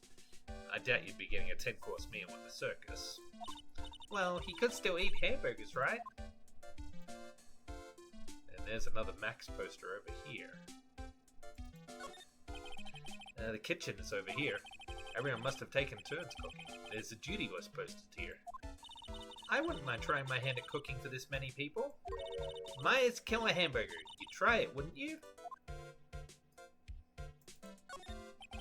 And looks like they've left it exactly as it was on the night of the murder. They didn't seem too worried about cleaning up the dishes, did they? Looking at these dishes and make me hungry. Let's go get a burger at the snack stand outside. Once we're finished with the case. Alright, then let's get this over with, Nick. Here we go. Wow! Where's the mute button when you need it? The chair's been knocked over. That's what it looks like. It almost looks as if someone knocked her over in a struggle, or used it for self-defense. Or maybe Regent just likes to eat his dinner in the cafeteria. Oh, hi, little kitty. Broken bottle. What's this? Must be a juice bottle or something? Watch out, Nick. There's broken glass all over the floor. The broken bottle was just lying in the middle of the floor. Do you think it means anything? There's gotta be something interesting here. Huh? Looks like we're going to have to go back and meet with him. Him? Broken bottle added to the court record. An orange juice bottle that was found broken on the cafeteria floor. Okay. There are dirty dishes all over the place. It must have been too hectic last night to clean up. You know I can't stand a mess, Nick. I think you and I should clean this place up for them. Why do we have to clean up? 1, because I hate dirty cafeterias. 2, because one bears repeating. But this is a crime scene. We can't clean it up. We have to preserve it for evidence. You know, I really hate dirty cafeterias. As much as I hate cleaning dirty cafeterias. Keep our cafeteria clean. Doesn't seem like anyone ever read this sign, huh? Maybe they should make it easier to understand. Clean it or die! Well, that would definitely make them clean up.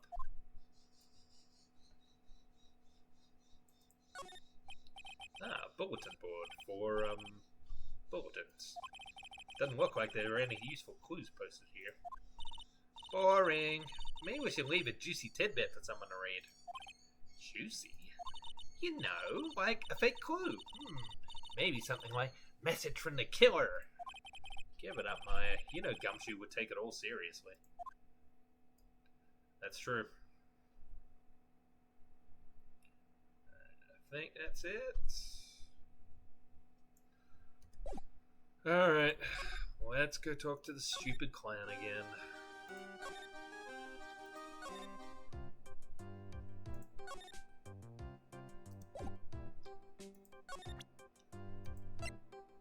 Should I ask?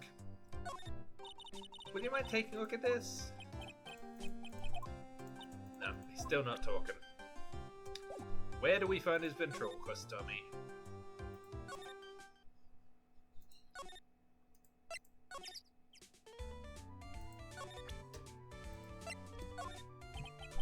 What do you think about this? Anything come to mind? You want some advice? No.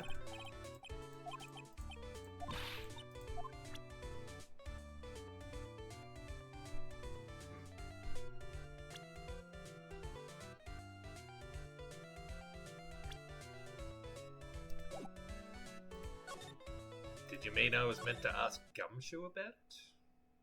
Or Max Fantabulous? Max Galactica.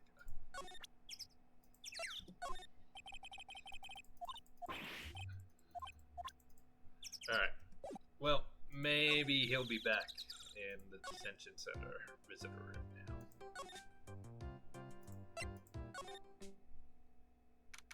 Okay. Looks like that was the right call.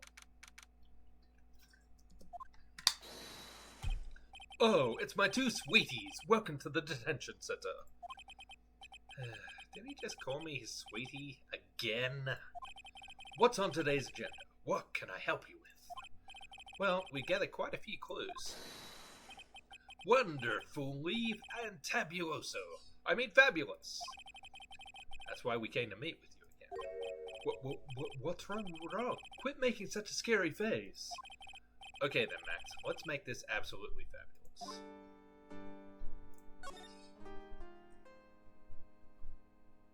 Feel like our curiosities. We heard a lot about you at the circus, Max. Ah, you must mean from the dinosaurs? How were those Jurassic geriatrics? Max, you aren't very popular with the other performers, are you? Yes. Sweetie, that's what they call jealousy. Jealousy. They are absolutely jealous of my absolutely fabulous self. People who really understand can see the obvious differences between us. People who really understand? For instance, my sweetie pie. So Regina understands him, huh? I plan on getting married to her. She is truly my sweetie pie princess. Wow, that's so cool. It's already in the works. Oh? That's strange. Regina never said anything about actually marrying this joker. You met with the ringmaster on the night of the murder. Yes, I was with him around 10 p.m. once I was done with practice. I went to his room right after we finished. They found the ringmaster's body in the plaza in front of their lodging house. Yeah, I heard that. He needed to step out for a bit, so I waited in his room for him to return. Huh? Sorry, Max. I have something I must attend to right now. Do you mind waiting for me right here? It's pretty cold outside. Where's your coat? It's all right. I'll be right back. It should only take about 10 minutes.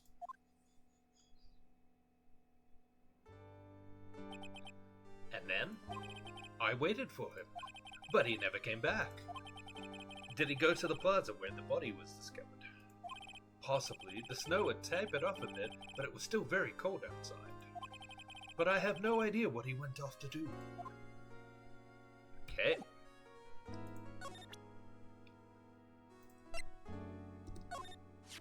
Ah, this is my silk hat. It's the only one of its kind in the world. It's one of my most prized possessions. This silk hat proves that I was somewhere else. Where did they find us? Huh, sweetie? They found it at the murder scene. I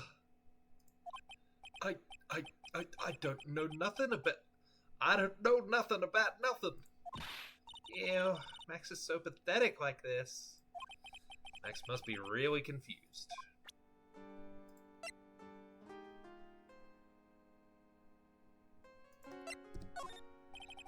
What about this?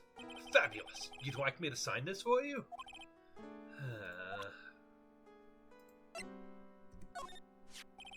Maximilian Galactica. No matter where you see me, you get shivers, don't you? The silk hat, the cloak, the white roses on my chest. They're my symbols. You know I had to cut the number of symbols to 3. Really? You had quite a few to begin with then, huh? Well, I thought that you could never have too many symbols. Sunglasses, beauty mark, soft pillows for lips, a beard, buck teeth. I gave all sorts of symbols a shot. But if I forgot one when I put on my makeup, everyone would forget who I am. That's awful, especially for a magician. Alright. Perfect.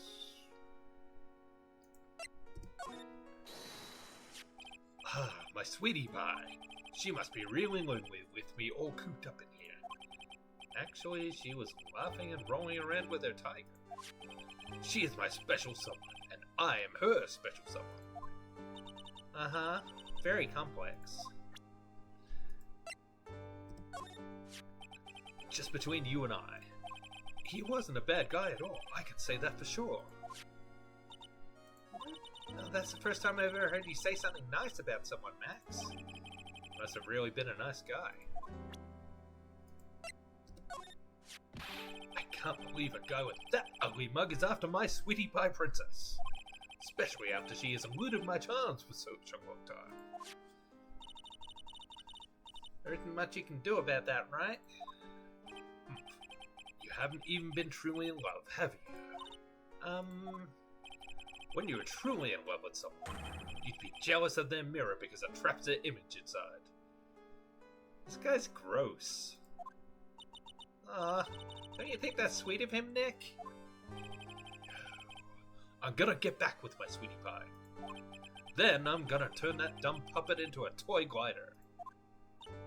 I guess you two haven't worked out your differences yet. Yeah, I think it's a ventriloquist. Or possibly his puppet. What about this person? Unfortunately, I don't take on apprentices. I mean, just look at the face on this one. It's not what I'd call fabulous. That's awfully harsh. Alright. Now, should I present this salary negotiation to him, or should I hit him with the Chloe theme?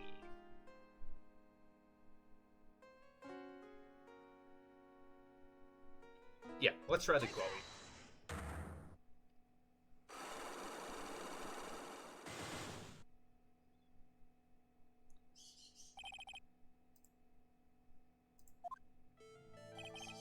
Last night you met with the ringmaster, correct?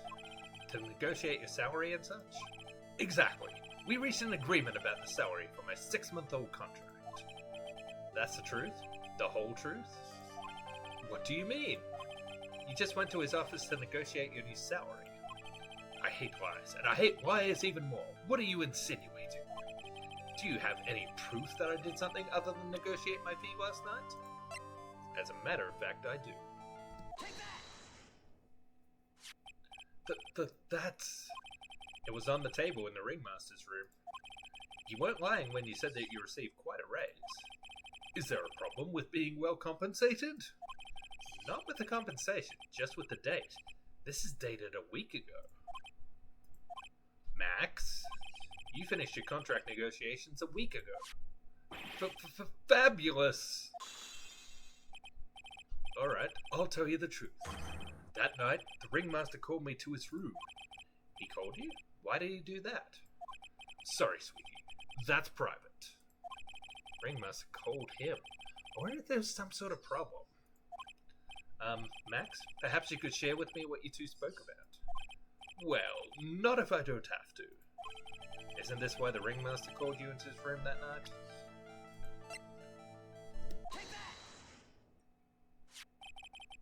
Isn't this why you were called to the ringmaster's room that night? Where did you get that? The cafeteria. But you already knew that, didn't you? Of course.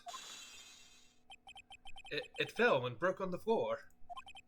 He's still hiding something else. Max? What is it, my sweetie? It didn't fall and break on the floor. You used this bottle to...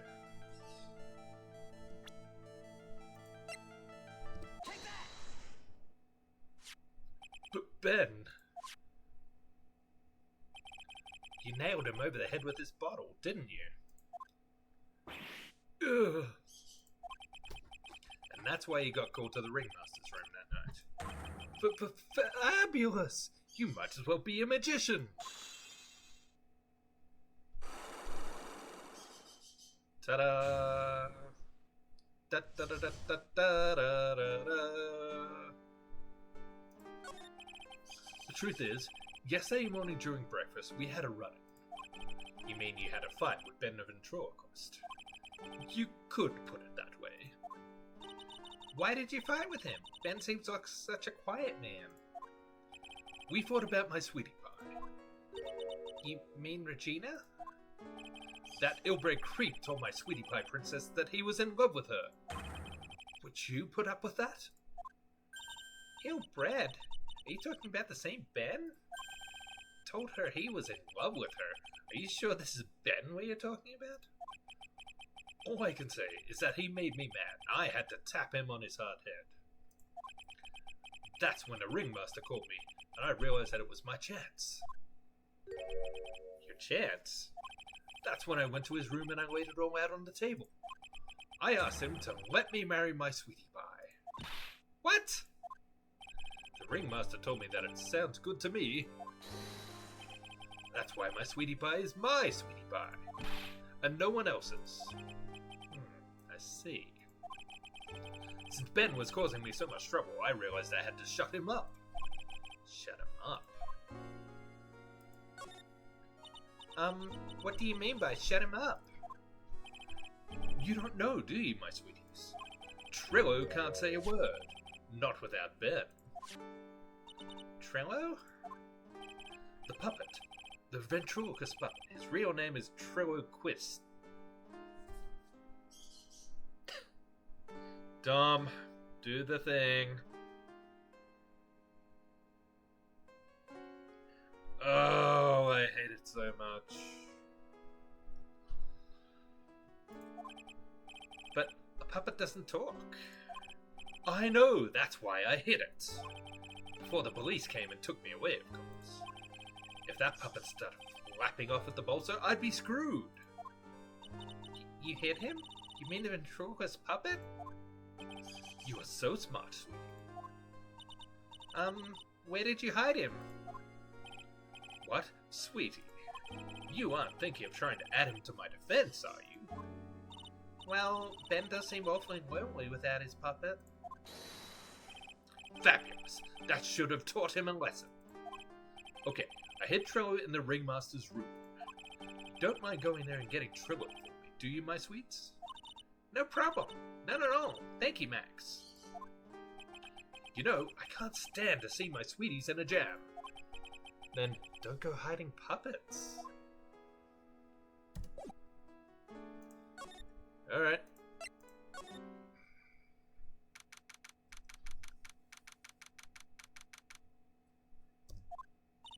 Huh? Ben's not here anymore. Yeah, I want to ask him something. It's cold out. He's probably in the tent.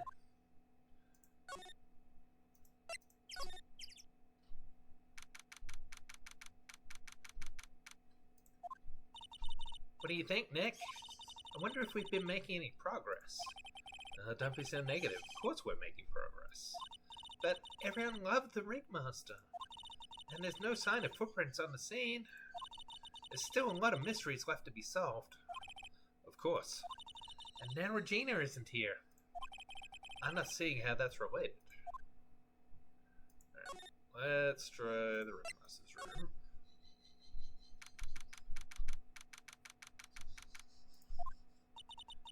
What's the same as always? Great big mess. Considering how messy it is, I bet they wouldn't notice if another poster went missing. Will you just stop it, you poster pilferer? I'm just kidding. You know I already got one of these posters. You mean stole one of those posters? Yeah, let's focus on what Max told us. He said that you hid Trillo somewhere in this room. Trillo? Oh, the ventriloquist puppet. Alright, let's see.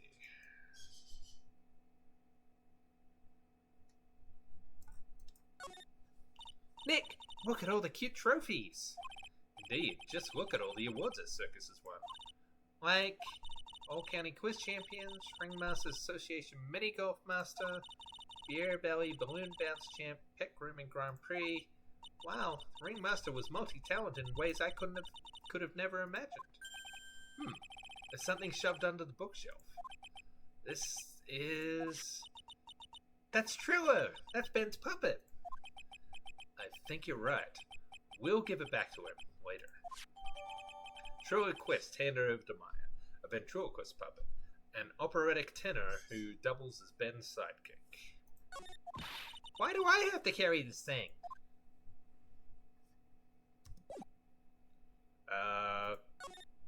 Because. That's a good enough reason, right?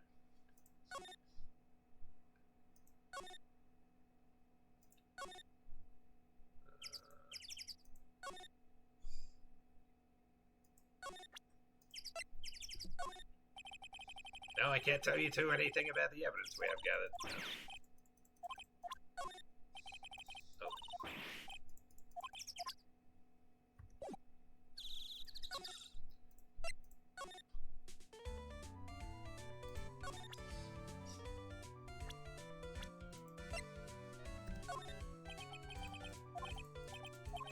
Nope. Okay, I guess we are meant to take this back to Max Galactic kicker.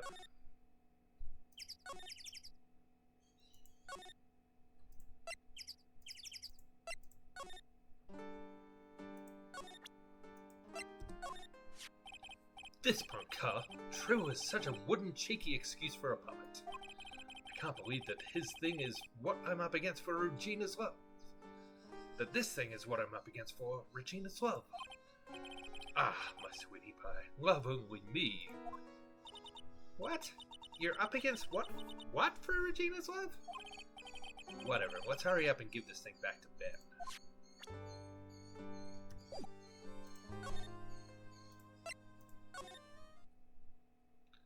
Well, he doesn't seem to be around anywhere, does he? Oh, maybe he's in the cafeteria.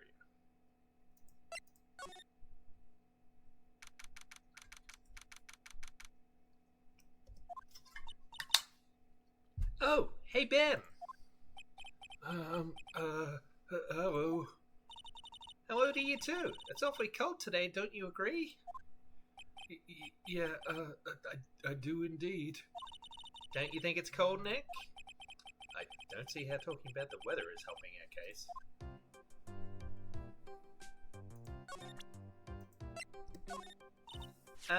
Ben? This is yours, isn't it? Yes, that's mine.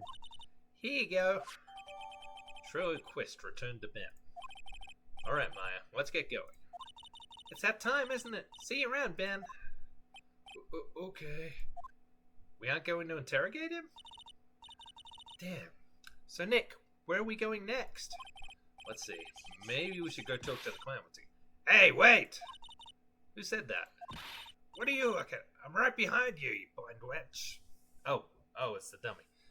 What are you looking at? I'm right here, you blind wench. What's your problem anyways? Don't you know how to properly greet someone? Ben?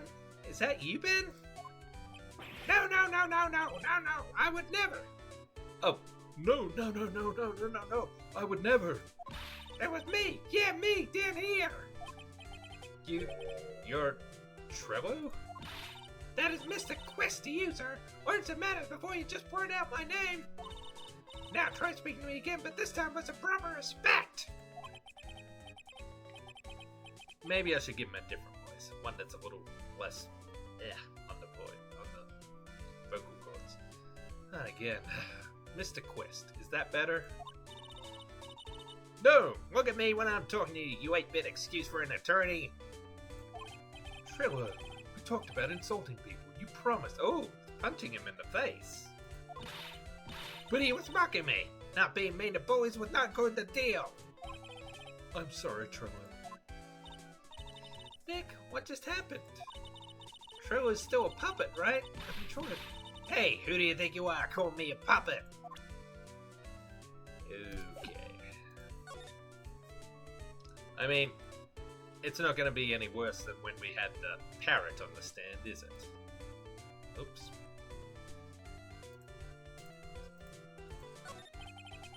Tell us what you know about the murder.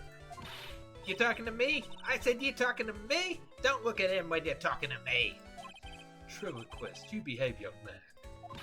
Shut up, Woody. What murder are you talking about? You mean the one where they off the old man? I guess so. No need to make such a fuss about things. That old mutt paid us all peanuts. Triller, you can't say things like that. I didn't raise you to be that kind of puppet. Don't you have nerve pills or something to take right now? These two are really an odd couple, aren't they, Nick? Okay, I'll talk. Gramps got clobbered over the head. Let me lay it all out for you. The pay sucks, the clown sucks, and my partner has his hand up my pants. I mean, that is a pretty common ventriloquism joke in fairness. Your partner? You mean Ben? Yeah, creepy old guy who never finds it in himself to leave me alone. Down to back off on me, will ya? He's just another one of the dorks around here. Oh, my. But I'll be fair. In this cesspool of human garbage masquerading as performers, I've found my Madonna. Your Madonna? Regina, my lovely Regina. She is stunning, right, Ben? Well, I'm not sure if I would go that far. You have to excuse him. He does not understand of what he speaks. I, on the other hand, am an appreciator of true beauty. It's why I shall marry her. Marry? You're going to marry Regina? That's right. She doesn't quite realize the joy that awaits her, does she? I think I mean to see why she seemed troubled. Well, I don't care. It is my choice, not hers. We're getting hitched. I know you think that, but what? I gave her a special gift. I gave her the wonderful gift of song. You gave her a song? Well, I am a renowned tenor. You'll be happy to know I've decided to grace you with one of my songs. Oh, don't make me sing. Me. I want you to touch me. I want you to kiss me. I want you to... The rest is private. Well, the melody is pretty good. But those lyrics, I think they need a little work. Who asked you? I'm the artist here. The ringmaster got knocked upside his cheap head by that flying fraud. You mean Max Galactica? Why do you say that? True, straighten up. Don't accuse people like that. Straighten up. I made a word. Besides, you were there. You know what happened. You were there? If you're that interested, then I'll let you in on the facts. Thanks. Now that Trillo's here. Now that Trillo's here, does that mean you can talk normally now? Hey, buttface! Ah! You must be looking forward to tomorrow, aren't you, Mr. Ambulance Chaser? You know, it's time to get rid of that pesky magician once and for all. Trillo? Enough jibber-jabber. Let's get to court already. Hey, wait a second. Nick, what's going on? He's a witness for tomorrow's trial.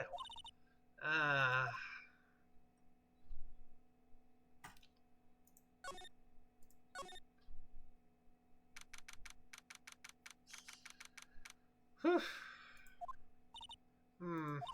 What in the world happened with Ben and Trillo? Quite a pair, those two. What did that puppet say anyway? Ooh! Oh, don't tell me there's a monkey now. Oh no, now it's wearing a party hat. Ah! Yo! Ah!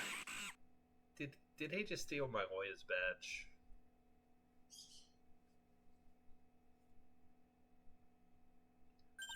Hey, welcome back, Nick. That monkey. Ah! My badge! That monkey stole it. What? Mr. Attorney, that face was so cute. You looked so completely dumbfounded.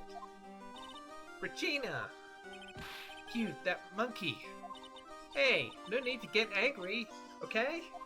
But my attorney's badge. Don't worry, I'll help you out. Okay, if you say so. If I don't get my badge back, how can I flash it? By the way, the monkey's name is Money. Money the monkey. Money the monkey. Okay, sure, why not? His name is Monkey... Money?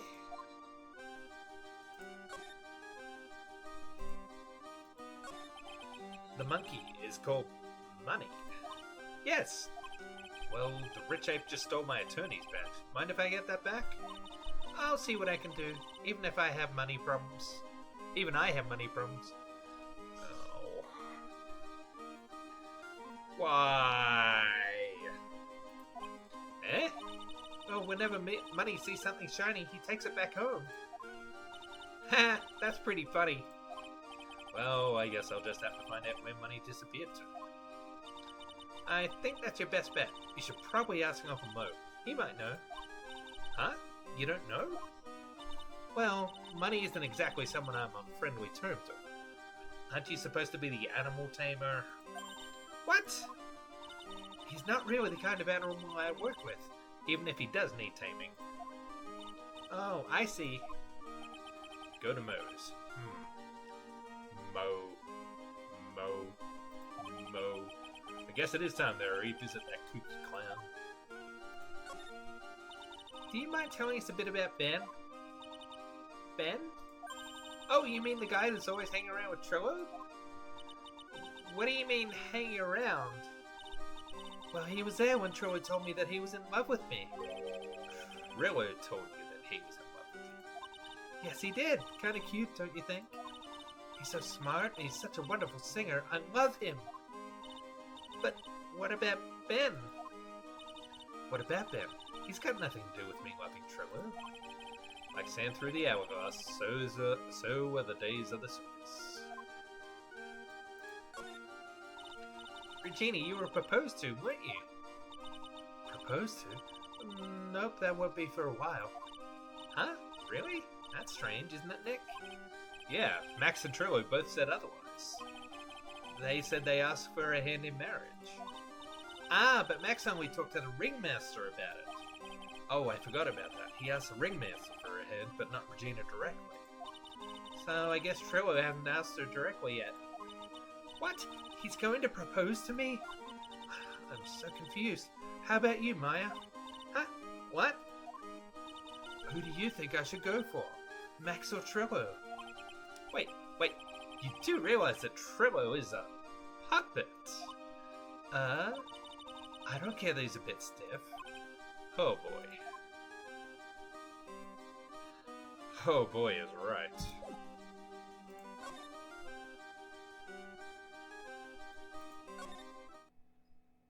This case is nutty. But I didn't know what else to expect from this game. Huh? Detective Gumshoe took off already. Yeah, probably because we ditched him earlier. I bet he and the other cops got lonely and headed back to the precinct.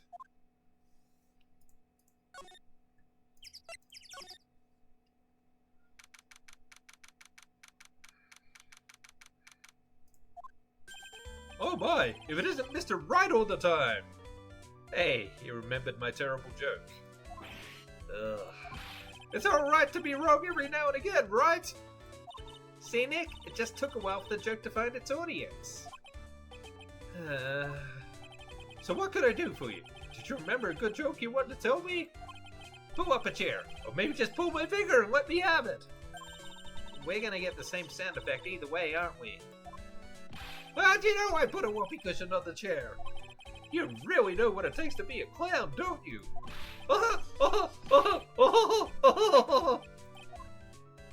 Yeah. So, about Regina. Oh, Regina's such a pure, innocent child. Honestly, it's making me a bit suspicious that everyone thinks she's so pure and innocent. She's such a cutie, too. She was born and raised in the circus, you know? But that means she doesn't really know much about the world outside the big top. Just remember Mo, the last guy that called me wrong is in... Just remember Mo, the last guy that called me wrong is in prison for murder. Yeah. Oh, sorry, missed a message from Dom. Is asking the father for her hand still a thing? Seems kind of old school, though I guess technically it's a bit more necessary here since she's 16. Cringe. Yeah. Also keep in mind that this game is, 20-something years old? It came out in the early 2000s, didn't it? Sounds like Pearly. For her, every child's dream of the circus is her everyday reality. She lives in a dream world. She sees dancing wild animals, men flying in the air, and one very funny clown every day. The funny thing is, it all seems normal to her because it's her everyday life. I guess that explains why she thinks she can marry a ventriloquist puppet. Don't ask me if her reality is a good thing or a bad thing, though. A clown sees life simply, without complications. Have you ever heard of a monkey named Money? Ah, yes, Money! He stole my attorney's badge. Well, Money does love shiny objects. Makes sense that he'd swipe your badge. But under no circumstances can you chase after him. Huh? Why's that? Oh, I know. You don't want to get involved in any monkey business, right? Exactly! Bravo! Enough joking around, though. Money isn't considered a member of Regina's family. Then who does he belong to? I'll be happy to take you where his owner's staying. You mean right now? Of course! Shall we go? Should we go with him now or wait a while? Let's go. Lodging house, 3rd floor. Acro's room. Okay. I saw this guy on the map. I was wondering when he'd come in. This is it. What's wrong, Mr. Wright? I can't breathe. Well, don't be such a whip. You only had to climb 2 flights of stairs. Anyways, this is the place. Acro's room. Acro? He's an acrobat. Of course he is. I mean, there was a whole video game that made that pun, wasn't it? He's an acrobat. It seems like he's not around today. Yeah, that's a big pile of junk over in the corner. I don't think it'd be wrong to assume that Phoenix's stuff is over there too. Just be careful to make sure you got the right stuff. Oh, oh, oh. Oh, oh, oh. Oh, oh, oh. The right stuff. I didn't realize that the New Kids on the Block was singing about Phoenix Wright. Thanks, Mo. See you later. Money the monkey added to the court record. A monkey who takes care of Acro. A monkey who takes care of Acro. Okay. Habitually gathers all sorts of shiny objects. Interesting. He's got a barbell. Look around. Everything he's got is for upper body training. Wait a second. These are the same machines I see on TV all the time. Hey, Nick. What? I don't have this one. This barbell here is a new model. Don't overdo it, Mike. Pardon me. You don't want to end up a muscle. This bed is incredibly well made. It's almost like a maid made it up. Even the laundry on top of the bed is folded perfectly. Nick, there's nothing unusual about that at all. It's how things are supposed to be. Can't a man respect another man for doing something said man cannot do? It's a monkey calendar. Whoever's in this room must really love monkeys. Maybe a little too much. Wow, I just realized that the year is almost over. Amazing how time flies. I wonder if it's full moon again. It's been one wild year, especially the last part. Well, we still got one last person to help this year. Max. Hey, the net's ripped. Money must be prone to breaking things. He's hardcore. The net looks fine to me. You really think that he plays basketball? I think so. Monkeys live life above the rim, you know. You're joking, right? You think the monkey has got proverbial game? Of course. That monkey doesn't fake the funk on a nasty dunk. Well, a prehensile tail might be an unfair advantage.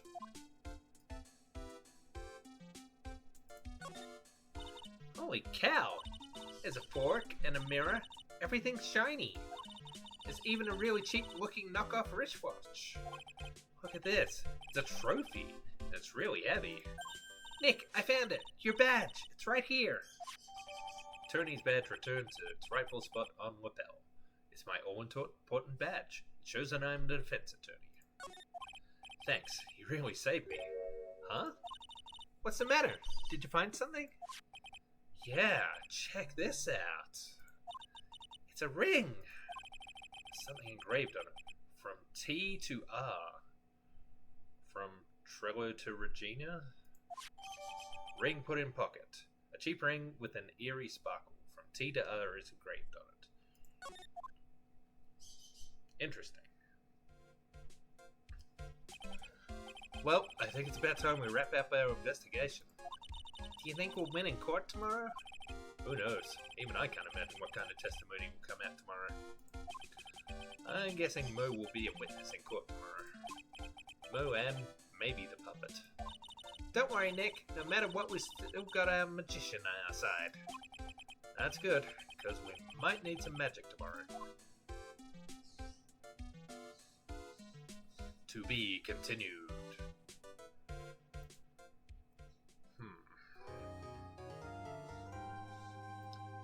Alright. I'm going to save. And I am going to take a quick break. I've been going 2.5 hours now, and yeah. So I'll be back in just a couple minutes, and we'll see how things go in court.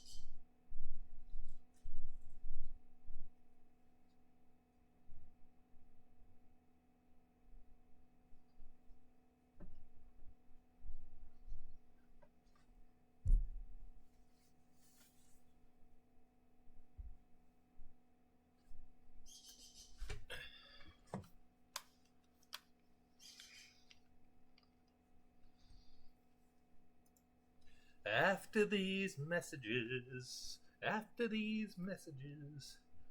these messages being, I have to pay. Alright, let's get back into this.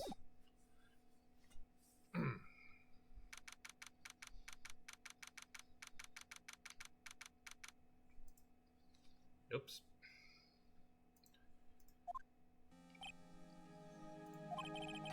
morning, Max. Max? Milk? What? If I don't have a glass of milk before I go on stage, I just can't function, sweetie. Stage? Oh, don't worry, there won't be a stage. All you have to do is sit down. I guess. Nick, Max is really nervous. That's understandable. Hey, my sweeties. What? You don't think I should fly, do you? Huh? You know, you've got to make a good first impression. When I enter the room, maybe I should fly in and warm up the crowd a little. No. We can't be having you flying around the courtroom. It just wouldn't be right. Imagine if you hit someone. Don't worry, Max. Just do what Nick says and everything will be okay. Oh, sweetie.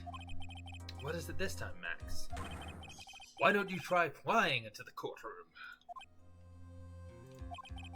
I can see it now. The dashing young lawyer flying fabulously in from above.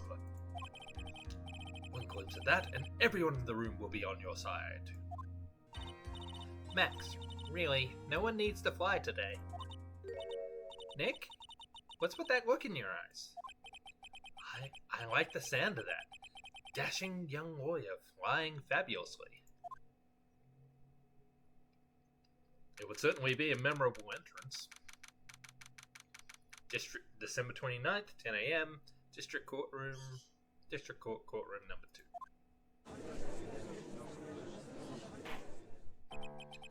And now, the case of one... What? Your Honor, get on with it. Oh, sorry, I just realized that the defendant's name is Billy Bob Johns. So... Well, isn't the defendant also known as Maximilian Galactica? Yes, Your Honor, he does often go by that name.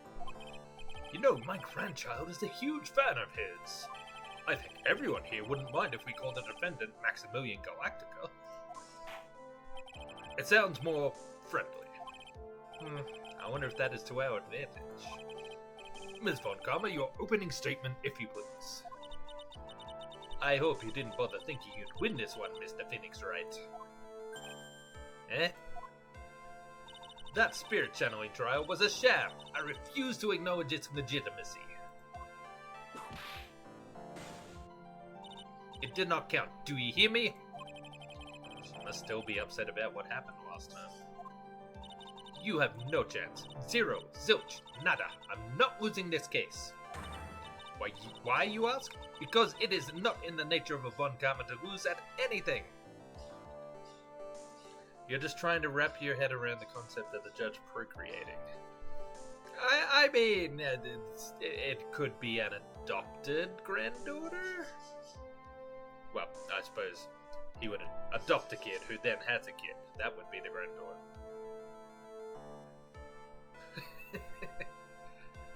Come on.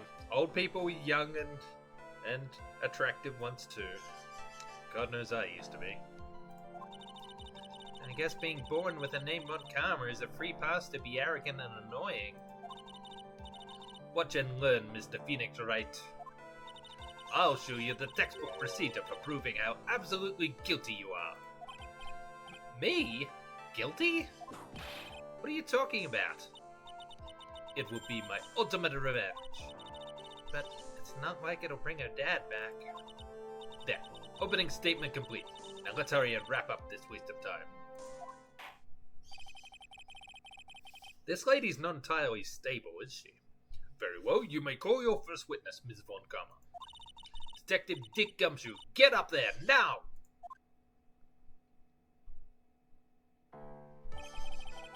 Sorry to keep you from work, as I'm sure you need every penny you can earn, Detective.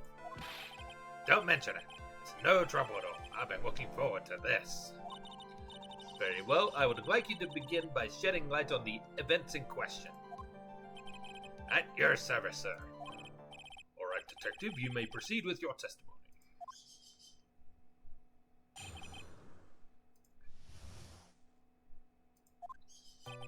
The night of the crime, snow was falling until 9:40 p.m., making it extremely cold out.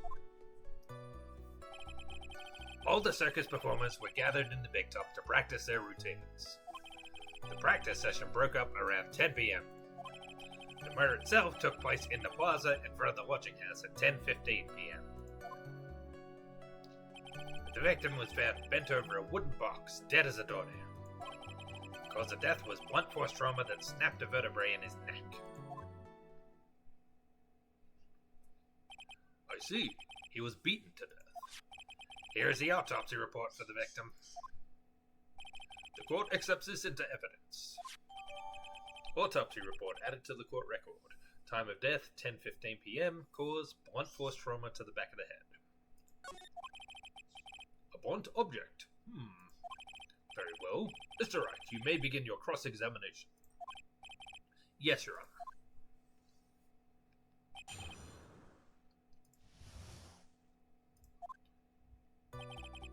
Now the crime snow is falling until 9:40 p.m., making it extremely cold out. Let me ask you about the snow. It was nearly a blizzard up until the time of the crime. Did it pile up? It wasn't such a big deal. Maybe about 1.5 inches was on the ground. Snow froze in place and stayed on the ground until the next day. The snow. Let me see. There's gotta be more to this. What's the matter, Nick? I need to take a look at the court record. Mr. Gumshoe, what were the members of the circus doing on the night of the crime?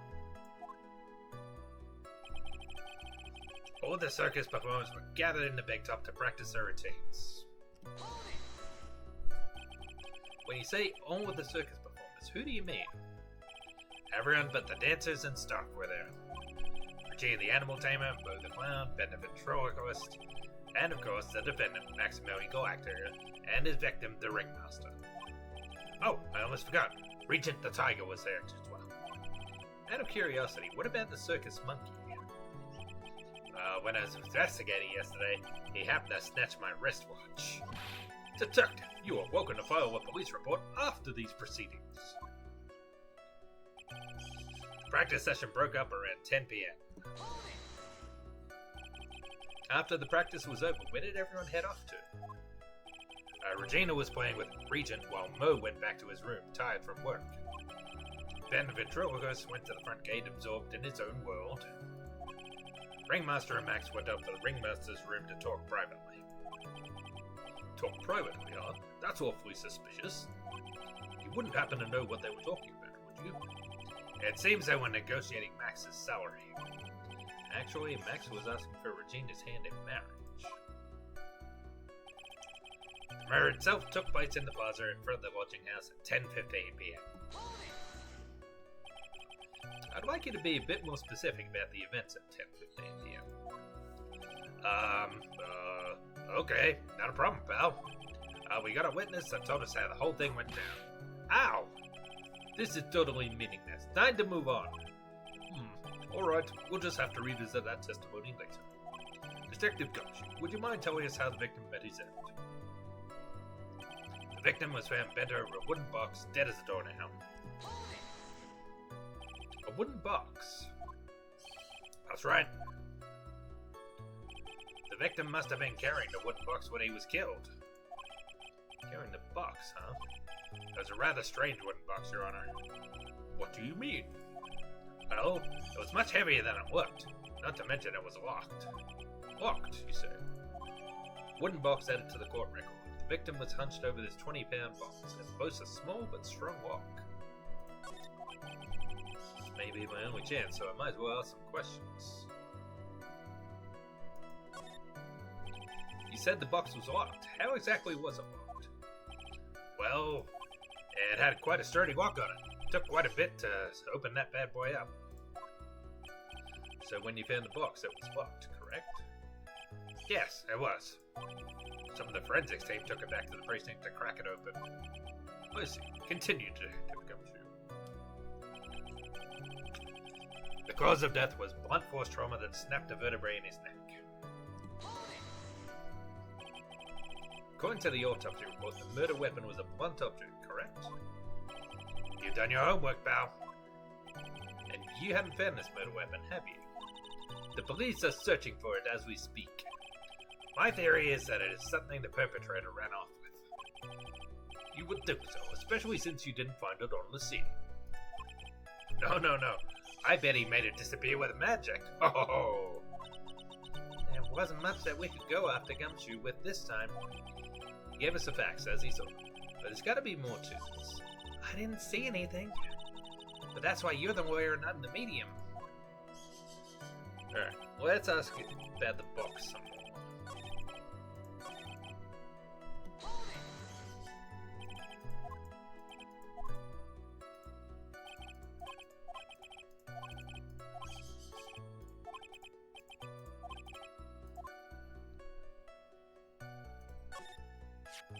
This wooden box, you figure it weighs about 20 pounds, right?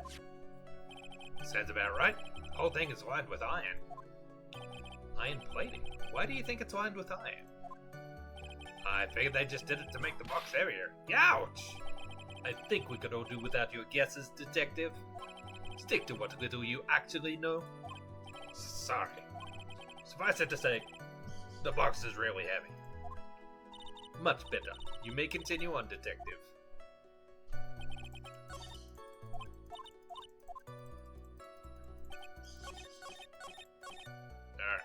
What's in the box? What's in the box?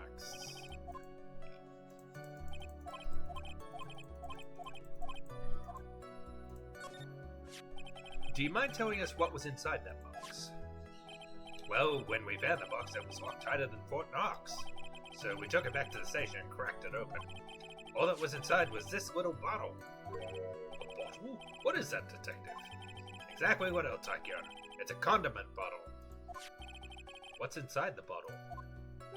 It's filled with pepper. Pepper? Why in the world was it locked in that big box? There's only one little bottle in that huge box. Wonder if that has some sort of special meaning. Small seasoning bottle added to the court record. Found inside the wooden box the victim was hunched over. It contains pepper. Well, I think we have a good feel for the details of the event now. Guess that's all we're gonna get out of Gumshoe on this case.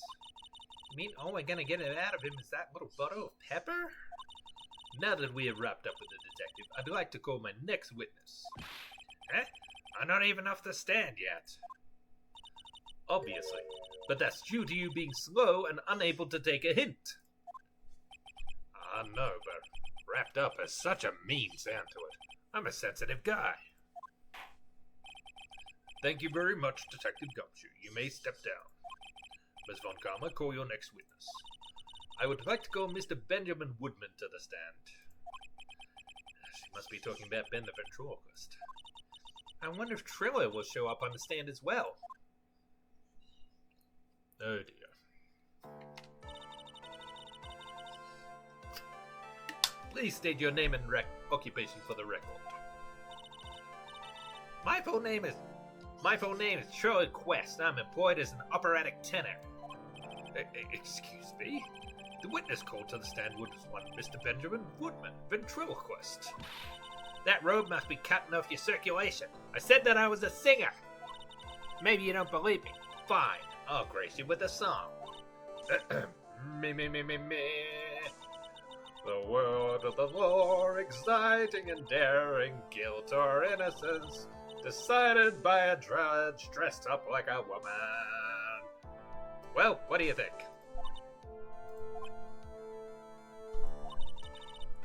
It had a good rhythm. It's just the lyrics. They leave something to be desired, so to speak.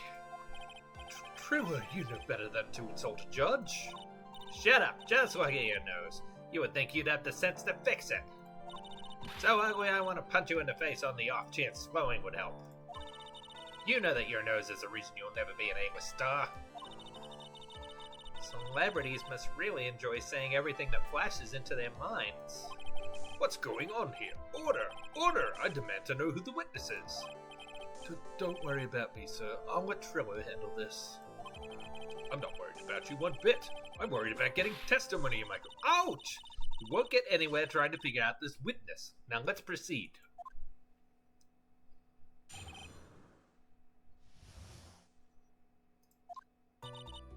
Once practice was over, I left the tent with the stooge. Clown. Once we got to the lodging house, I ditched him and went back to the plaza's entrance. That's when I saw Max heading towards the scene of the crime. He was the only one heading that way. How could that punk not be the killer? Then the police showed up and took Magic Boy away. You saw Maximilian Galactica heading towards the scene? You're sure of that? Without a doubt. He had on his silk hat, his cloak, and the dumb white roses on his chest. How can you mistake someone with that crazy get-up and get his nose stuck up so high? That's enough. I think we all get the picture. Just one thing. You said you ditched the clown. That's right, dress boy. Well, since you weren't with him, couldn't that mean the clown committed the crime? He's got a point. What a shame. It was a nice theory, but the clown can't be the culprit. Why is that? Here's absolute proof. A silk hat? This was found at the scene of the crime. It belongs to the defendant. Without question, he was wearing his signature hat during practice. If the clown was the murderer, there would be no reason for this hat to be at the scene. Well done, Miss Von Kapp. Your prosecutorial skills are unrivaled. Well done. Thank you for stating the obvious. Mr. Phoenix Wright, what do you have to say? Oh, okay. Guess she's the boss again today.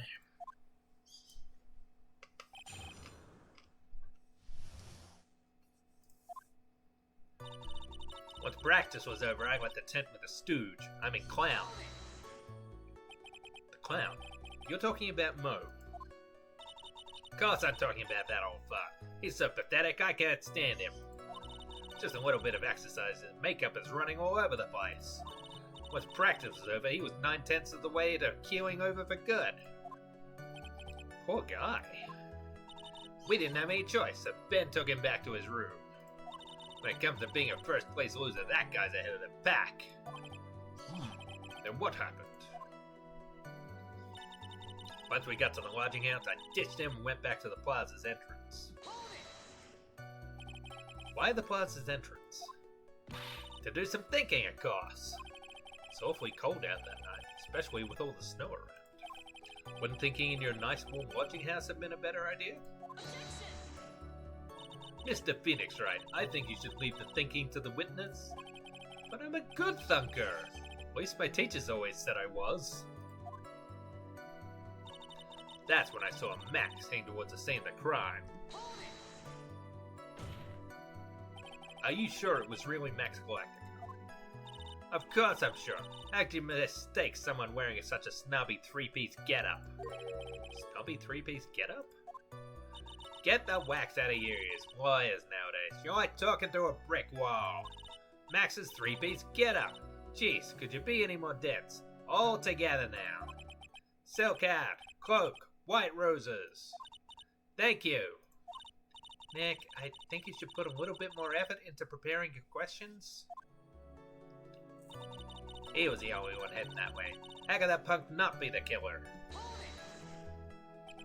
You saw Max and only Max, right, Trillo? That's right, and that makes him the killer. There was only one person headed that way that night. That makes quite a bit of sense, and makes Max one of a suspicious character. There's more to this story than meets the eye. Is there something amiss in this?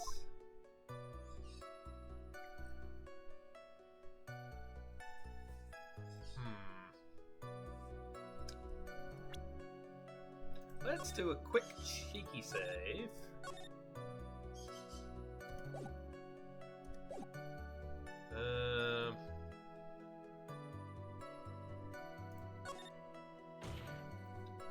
Wait a second. There's no proof that the witness saw Maximilian Galactica. Hey, you still don't get it, do ya? I saw what I saw. It was Max's three-piece joke of a costume. Alright, let's say it all together now. Silk hat, cloak, white roses. Thank you. I think you should study up on your celebrities, Mr. Wright. Great, I'm getting shut down by a toy. Then the police showed up and they took Magic Boy away. Around what time did the police arrive at the scene? I suppose that would have been around... Hey, what time was it? I think it was around, I'd say a bit after 10:30 p.m., I think. Practice ended at 10 p.m., so you hung around the lodging house the entire time? I guess that sounds about right. Wasn't that awfully cold? I can't believe you just stand outside in that weather. Well, the truth is... Will you shut up, you big-nosed dope? Why are you telling him anything extra? Why can't you believe that we'd just stand outside in that weather? Well, maybe you were waiting for someone? What? Who said we were waiting for someone? Mr. Phoenix Wright, we can all do without your offhanded theories. But this witness is cracking under the pressure already. I'm onto something. Mr. Wright, who do you suppose the witness was waiting for out in the cold that night? Well, most obvious choice is Regina. Well, if he was waiting outside in the cold, it was for one person. And one person only. He was waiting for the animal tamer, Regina. Wah! Oh, he exploded. You were waiting for Regina to come outside, to come back to the lodging house. Am I mistaken? Is this true? Well, you can't really ask me that question. Who cares who I was waiting for that night? What's important is what I saw. Don't you forget it. Well. The puppet may be a bit stiff, but he's right. It seems that at this stage I have no reason to doubt this witness's testimony. The witness is a puppet. I think that's a very good reason to doubt his testimony. And there are clearly no conclusive contradictions. That's right. A brilliant judgment, Your Honor. Now let's move along with the testimony. Trailer wouldn't happen to have an ulterior motive for incriminating Max, would he? Well, Max is part of that bitter love triangle with Regina, which is probably why Max conked him over the head. Nick, wasn't Ben the one who got knocked over the head? Yeah, I think so. I don't know anymore.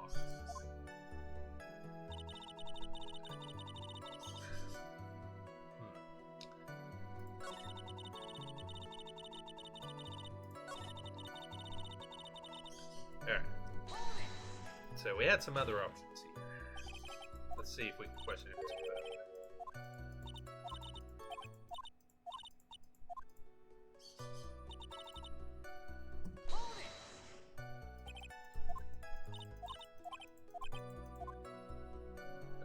Alright, Ben only saw Max. That's a bit strange, don't you think? What's strange? That you only saw Max?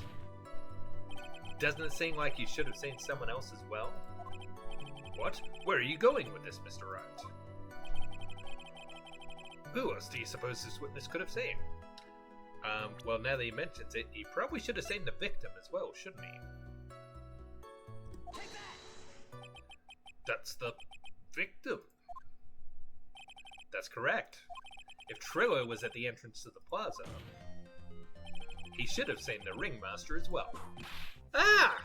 Obviously, the ringmaster arrived at the scene of the crime before the witness could have seen him. Anyone with sense could have figured that out. What are you talking about? The ringmaster and Max went together to the ringmaster's room. Is that according to the defendant? Unlikely story. If Maximilian Galactica was supposed to be in the ringmaster's room, why was he, just as the witness stated, at the scene of the crime? Ah, I see. Alright. There's obviously a reason why this witness was there that night.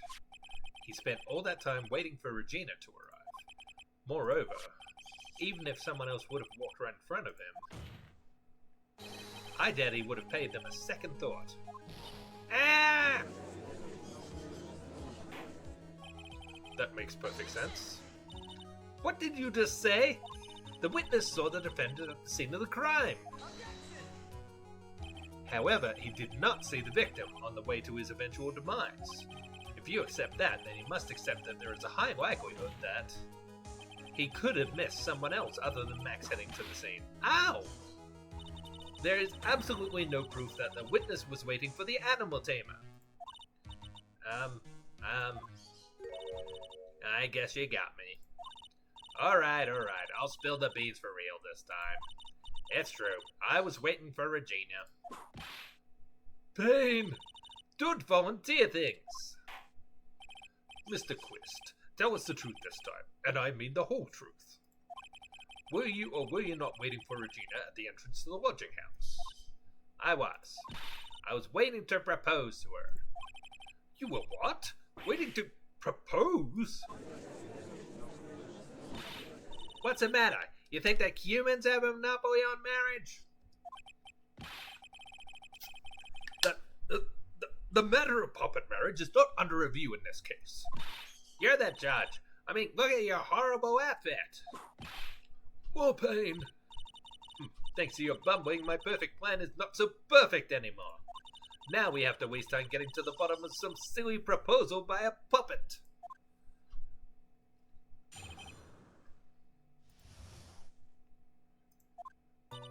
Don't be so surprised I was going to propose to Regina. I even had something to give to her. I kept it in my pocket, waiting for the chance to propose and give it to her. Of course, I also had it in my pocket that night. It was a present for her.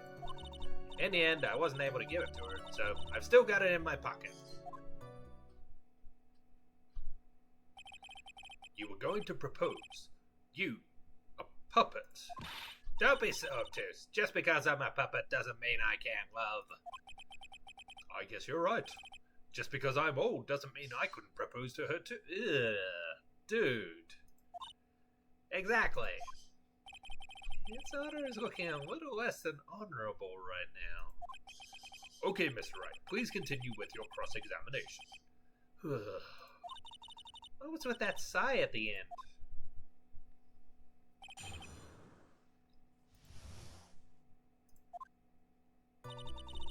Don't be so surprised I was going to propose to Regina. By proposal, you mean proposing marriage, correct? To Regina. Of course that's what I meant. What kind of stupid question is that? I wasn't going to propose that we become some sort of outlaw biker gang together. That actually sounds kind of fun. I'd watch that. Right, Ben? Yeah. Got it? That's the truth. I even had something to give to her. What was it exactly that you planned on giving her? You know exactly what I was gonna give her, numbskull. The only thing I could find that could match Regina's beauty. Answer this question. What was it? You're gonna die when you hear this. It's an engagement ring. Engagement ring? Wow, those two nearly fell out of their chairs. Mr. Phoenix Wright joke has gone too far. Time for this to end right here. Francisca's whip looks like it's about to lash out at almost anything. One hit from that thing will probably shut someone up for a long time. Bad equals bad.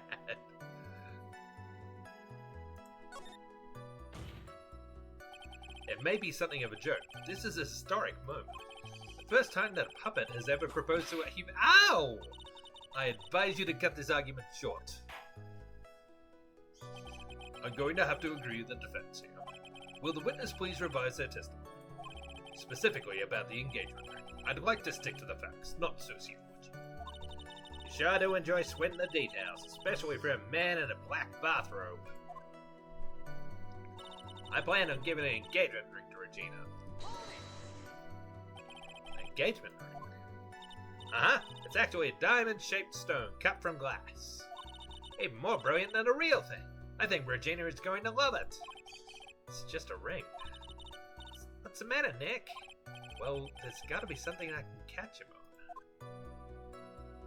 I kept it in my pocket, waiting for the chance to propose and give it to her. Whose pocket was the ring in? Mine, of course. What a stupid question. You gotta be kidding me. You think Ben could build that off? I'm so sorry. Really? You don't have to apologize for that. He's the one who should be apologizing. Really? course, I also had it in my pocket that night. It was a present for her. So you went to the lodging house to give it to her? That's right. I tried to give it to her during practice so many times I lost count, but that uppity snob kept getting in the way. Uppity snob? You couldn't possibly be talking about me, Maximum Galactica.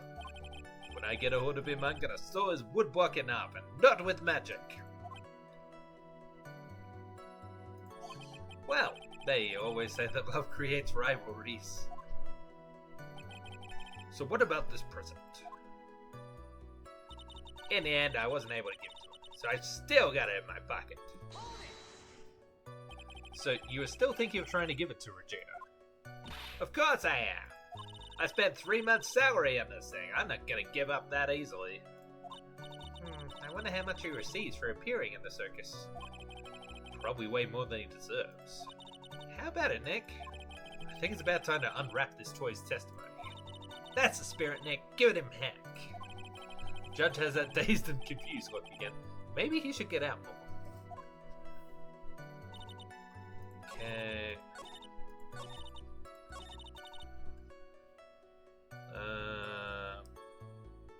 Tap.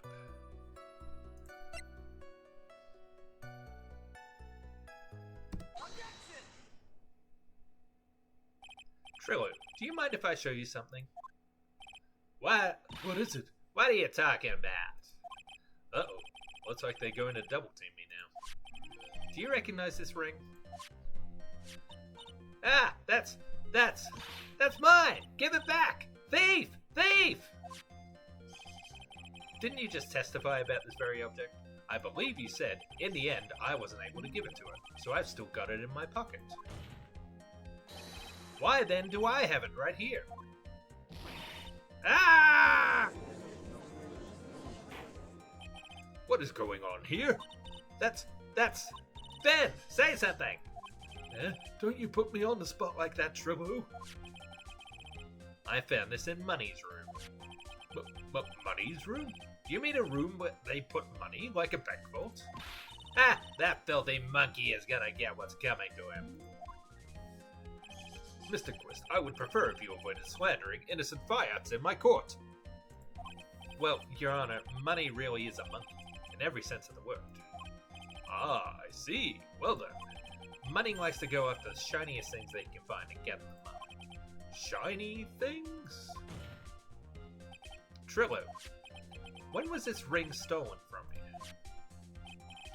Well, I suppose it was that time, that night.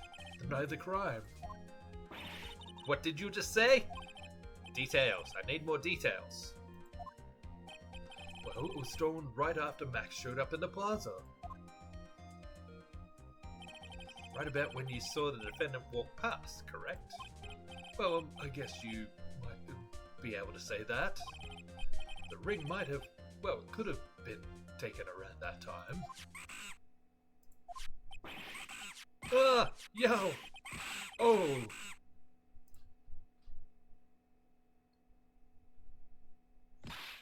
Ben, what's with you? Oh, whatever. It has nothing to do with anything. Especially not who committed murder.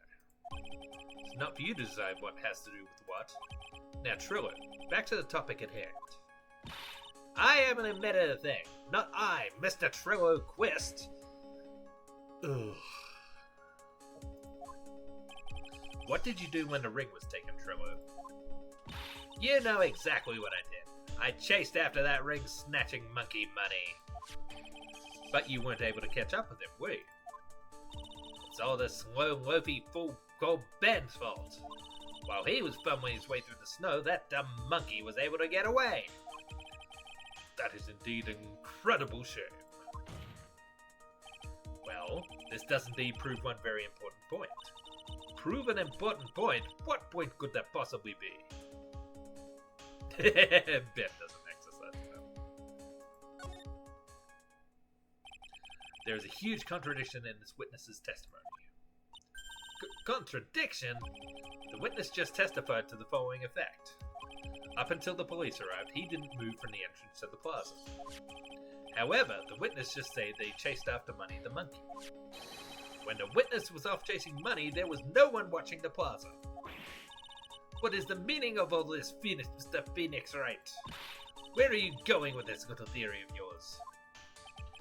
I'm saying that there is no possible way that this witness saw the plaza the entire time. That's where I'm going with this little theory, which leads me to my next point. It is entirely possible that someone other than the defendant was at the scene. Interesting, Mr. Wright. Well then tell me this, Mr. Phoenix Wright. Do you have any proof that something slipped past this vigilant ventriloquist? Well, he obviously didn't see the victim, the ringmaster, arrive on the scene.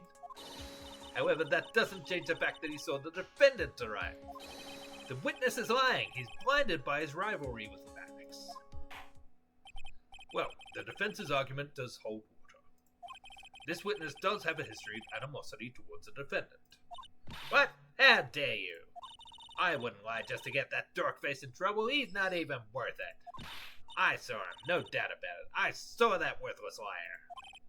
Well, just for clarity's sake, let's flesh out exactly who you saw on that night. Ha! I've told you so many times! You'd think you'd know my story's not changing. You've already changed your story, Stick Boy, and I'm sure it will change some more. When there's one lie, there are usually many more behind it. Exactly, Maya. That's why we have to keep after him. Yeah!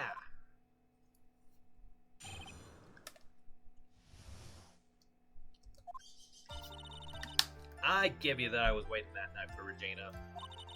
But that doesn't change the fact that I saw Max in the plaza that night. He showed up after I had been waiting there for about 5 minutes. I said good evening to him, but he didn't even acknowledge my presence. I'm absolutely sure it was him. I saw Maximilian Galactica at the scene. No way I could mistake someone wearing those 3 ridiculous symbols.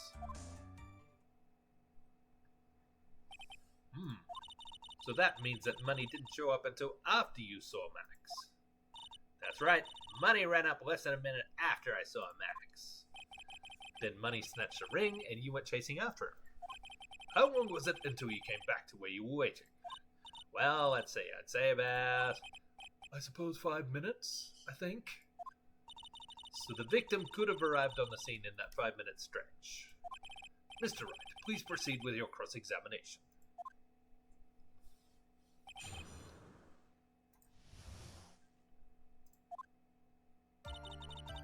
I'll give you that I was waiting that night for Regina. So you were only concerned with waiting for Regina that night. That means you probably wouldn't have noticed if someone else showed up. You should think about how many eyes I actually have. I've got 4, you know. 4. F-O-U-R. Counting Ben, of course. That many eyes, do you really think something would have slipped by me? 4 eyes is an awful lot of attention directed at one area, I suppose. Yikes, Judge is even more dangerous to our case than Trillo. But that doesn't change the fact that I saw Max in the plaza that night. So you saw Max coming out of the big top that night. Of course that's where I saw it coming from. I was staring at the entrance to the tent the entire time. Guess that makes sense, especially since he was waiting for Regina. He showed up after I'd been waiting there for about 5 minutes. About what time would you say these events took place? You're one of the dumbest people on the planet if you can't figure it out yourself. I'm assuming that would be about 10:05 p.m. You already know that practice finished promptly at 10 p.m. And you already know that I went to the lodging house right after practice. You don't need to be a brain surgeon to know around what time it was when I saw him. Just add 10 more minutes. I'm sure you can do that. Now what time was it? Indeed, what time was it? What time was it? Let me think about that for a second. Yow! I'm not good at it. It was 10:10 p.m. Ah, yes, that sounds about right. Sounds about right because that's the time I saw Max on the scene. I said good evening to him, but he didn't even acknowledge my presence. So you testified that you said good evening to Max that night. You must enjoy asking incredibly obvious questions. You say good morning in the morning and good afternoon during the day, right? And it's obvious that I'd say good night to someone at night. What, Ben? You got something to add? Let me guess. That's not it, Trillo. You say good evening at night. I'm sorry, Trillo. Mr. Quist, I would prefer if you kept your ventriloquist act outside the court. Impossible. A performer lives and breathes his performances. You should know better. There's gotta be something wrong with this bit of testimony.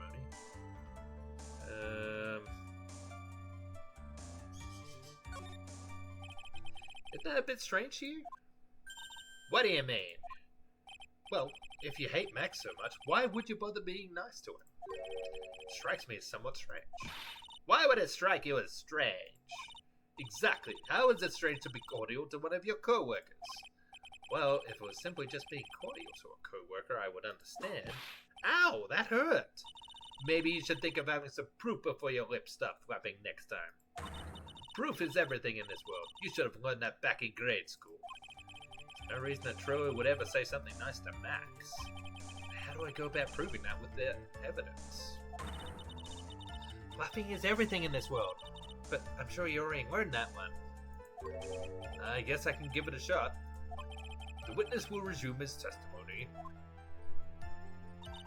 I'm absolutely sure it was him. I saw Maximilian Galactica at the scene. You are 100% absolutely sure of what you just said. I told you already. Jeez, I'm 100% absolutely sure.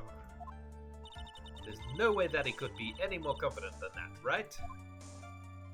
There's no way I could mistake someone wearing those 3 ridiculous symbols. Those 3 ridiculous symbols, huh?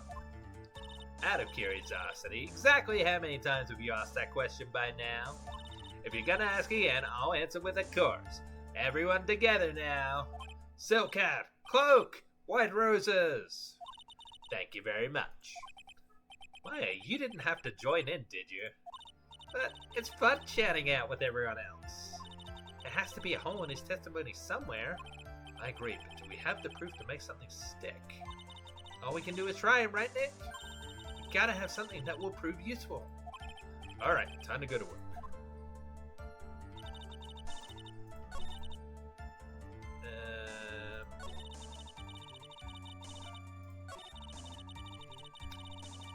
Alright, let's try the bottle. Trillo, is it not true that you had a fight with Max on the day of the murder? A fight? A fight over Regina, to be exact. It wasn't that big of a deal. It was just an argument. A disagreement at most. A disagreement usually doesn't end with someone getting conked over the head. Ah! That morning, Ben got clobbered over the head by Max, didn't he? What? What? Is that an admission of assault and battery? Ouch! Before we handle that, we should wrap up the defendant's murder charge first. The truth is that on the day of the crime, the defendant and witness had a huge fight. There's absolutely no way they would have suddenly become cordial that evening. Moreover, just consider the personality of the witness on the stand. There is no way a puppet this lewd would just give up and say good evening to his rival. Ah! Are you saying this witness is lying? That he is trying to frame the defendant by claiming to have seen him at the crime scene? I didn't tell a single lie! Honestly, That's enough from you, Mr. Quist. Mr. Wright. Yes, Your Honor. Let's clarify this testimony for the court. Could you explain your theory about who the witness actually saw that night?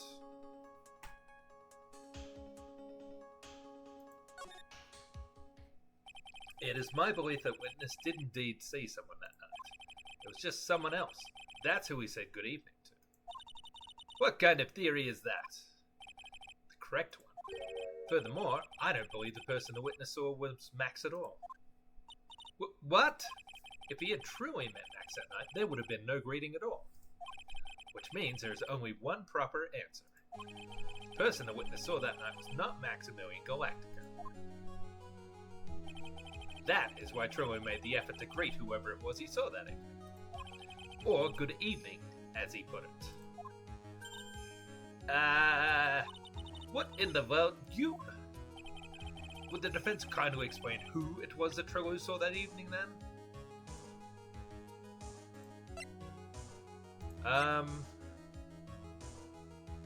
Well, we already know the monkey was there, so let's try them. This is the person that this witness felt the need to greet that night. How about it, Mr. Quist? How about you stop asking me these ridiculous questions? You can show me all the crappy pictures you like. There's not one I wouldn't greet. What the hell are you doing, Woodman? You better not say Trillo, watch your mouth. Well, okay. Sorry about that, Trillo. Order, order! There will be order in my courtroom, Mr. Wright. Uh-oh, now I've done it. Better rethink this line of questioning before I lose my patience with you. Would the defense kindly explain who it was that Trillo saw that evening? Well, the next most logical thing would be the ringmaster, wouldn't it? Considering the ill-tempered witness, there's only one person he would greet. It must be Regina. It's Regina, right? She's so cute! No, Your Honor, it is not Regina. If it was Regina, Trillo would have given her the engagement ring as a present. Oh, yeah, I suppose you've got a point there. It was Russell Berry, the victim himself, was it not? You are correct. It was indeed Russell Berry. Ah! The person you saw that evening was the victim, the ringmaster, Russell Berry. That's why he greeted him, Trillo. Isn't that correct?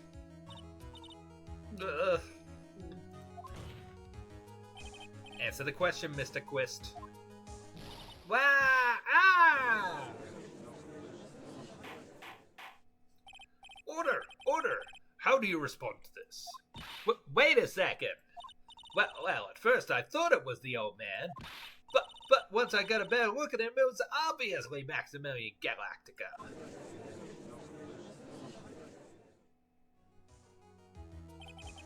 I think it is high time that we clear the air about this question. Mr. Quist obviously witnessed a single person in the area of the plaza. The problem is identifying exactly who that person was. Was it Maximilian Galactica? Or was it the ringmaster, one Mr. Russell Berry? The prosecution argues that it was the defendant that saw the witness that night. The witness has clearly stated that he saw the defendant's three symbols. Three symbols. Alright, this is getting old. Come on, man, you gotta remember them by now. Here we go again, everyone all together now. Ow! Yes, we know, silk hat, cloak, and the white roses. A silk hat and a cloak, anyone could wear them. They'd even look good on me. What was that? Well, the witness has endlessly repeated that he saw Max's three symbols. However, how do we know it was Maximilian Galactica? Could have been someone else dressed up as him. Possibly even Russell Berry. That's a good point. Max did say, hey, are you sure you want to go out there? It's cold. Maybe he offered him his cloak. What? Ms. Von Karma, do you have clear evidence that the person the witness saw was the defendant? Well, if that's the case, then it is impossible for me to make a judgment at this point. Yes, I think we finally want a point in this one. That is very unfortunate. Huh? You're just a little too excited for your own good, Mr. Phoenix Wright. What do you mean by that? You merely established one thing from this witness. You established that this witness saw one person in the plaza that night. I applaud you on your effort, but who that person was can only be answered by the next witness. Huh? Don't tell me you've forgotten there was a second witness. Your Honor, the prosecution will provide, beyond a shadow of a doubt, an answer to that question and evidence that clearly establishes one thing. That there is no one other than Maximilian Galactica responsible for this crime. Very well. The court will take a 10-minute recess. During that time, I request the prosecution prepare their next witness. Court is now in recess. be continued.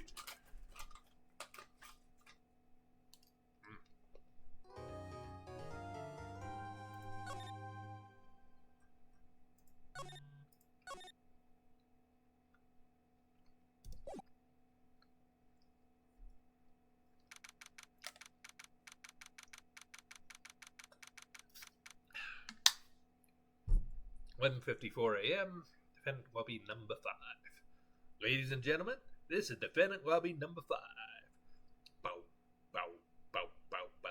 No, let's not go there. Sweetie, you have to believe me. I didn't go anywhere near that crime scene. So then, where were you when the murder took place? We talked about it yesterday, remember? I was in the ringmaster's room. And while you were there, it was the ringmaster who left the room, right? Exactly. He told me to wait in the room because he would be right back. See, there's the hat and the cloak, right there, next to him. That's when the ringmaster headed to the scene of the crime, right?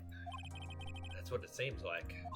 But the ringmaster must have been wearing Max's costume, right? Oh, sweetie, I just remembered. I went straight to the ringmaster's room still dressed in my stage clothes.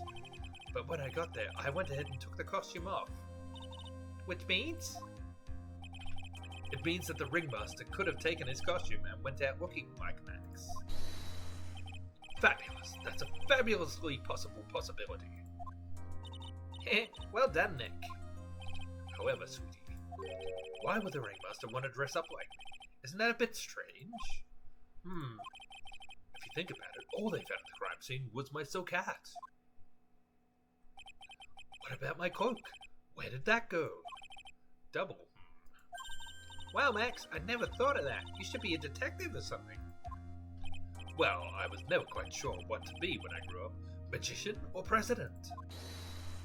You have no idea how hard it was to make a decision. That's really cool. Fabulous. This mystery just keeps getting deeper.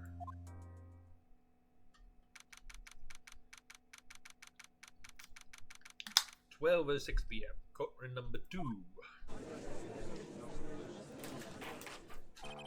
Now that everyone is back, let's get started. The court is now back in session.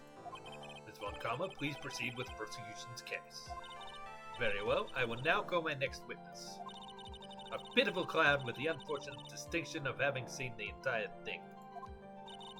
Will Mr. Lawrence Curls please take the stand? Why did she just call him a pitiful clown? Because she's a nun, a very nice person. The witness will state his name and occupation for the court record.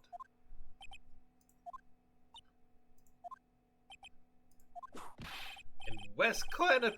Oh, Delphia Bonaray. Oh, God. Really? Name and occupation. Will the witness please inform the court why is he speaking autobiographical gibberish? I'm sorry. I'm just not used to being in court. I've never been in a courtroom in my life. I wasn't quite sure what joke is best suited to this sort of occasion. What in the world are you talking about? You're in a grand hall of justice, not some comedy club. Since it's easy to see your occupation, please state your name for the court. Oh, yeah, maybe this joke is okay. Mom, do I have to wear pants? The sign only says no shirt, no shoes, no service.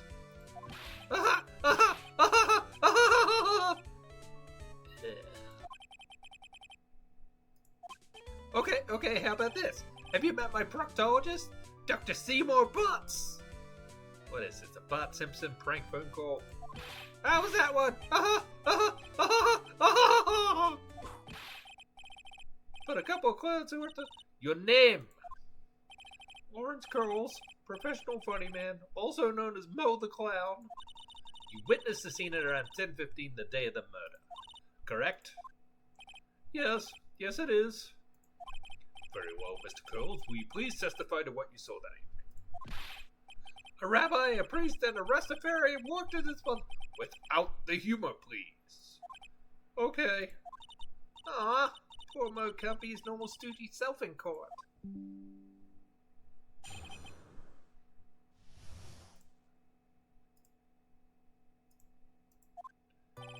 I know. I'm not the greatest comedian in the world. I haven't been able to make people laugh for 10 years. No matter what I say, all I get in return is a vacant stare and polite applause. Since no one ever laughs at my jokes, I've taken to laughing at them myself. It's a bad habit, but hey, at least I'm trying. Imagine my predicament. I'm a clown who can't make people laugh. I'm almost useless. This really has nothing to do with the murder, does it? And yes, Tom, I agree. This is worthy of 3, 6, 9, 11 face palms. Wow. But I keep trying. I even tried to come up with jokes just for today. But this atmosphere is very nerve-wracking. I decided to try making everyone laugh. Seriously, everyone. What do you think of me? How am I doing? You're not really going to make me think about that testimony, are you?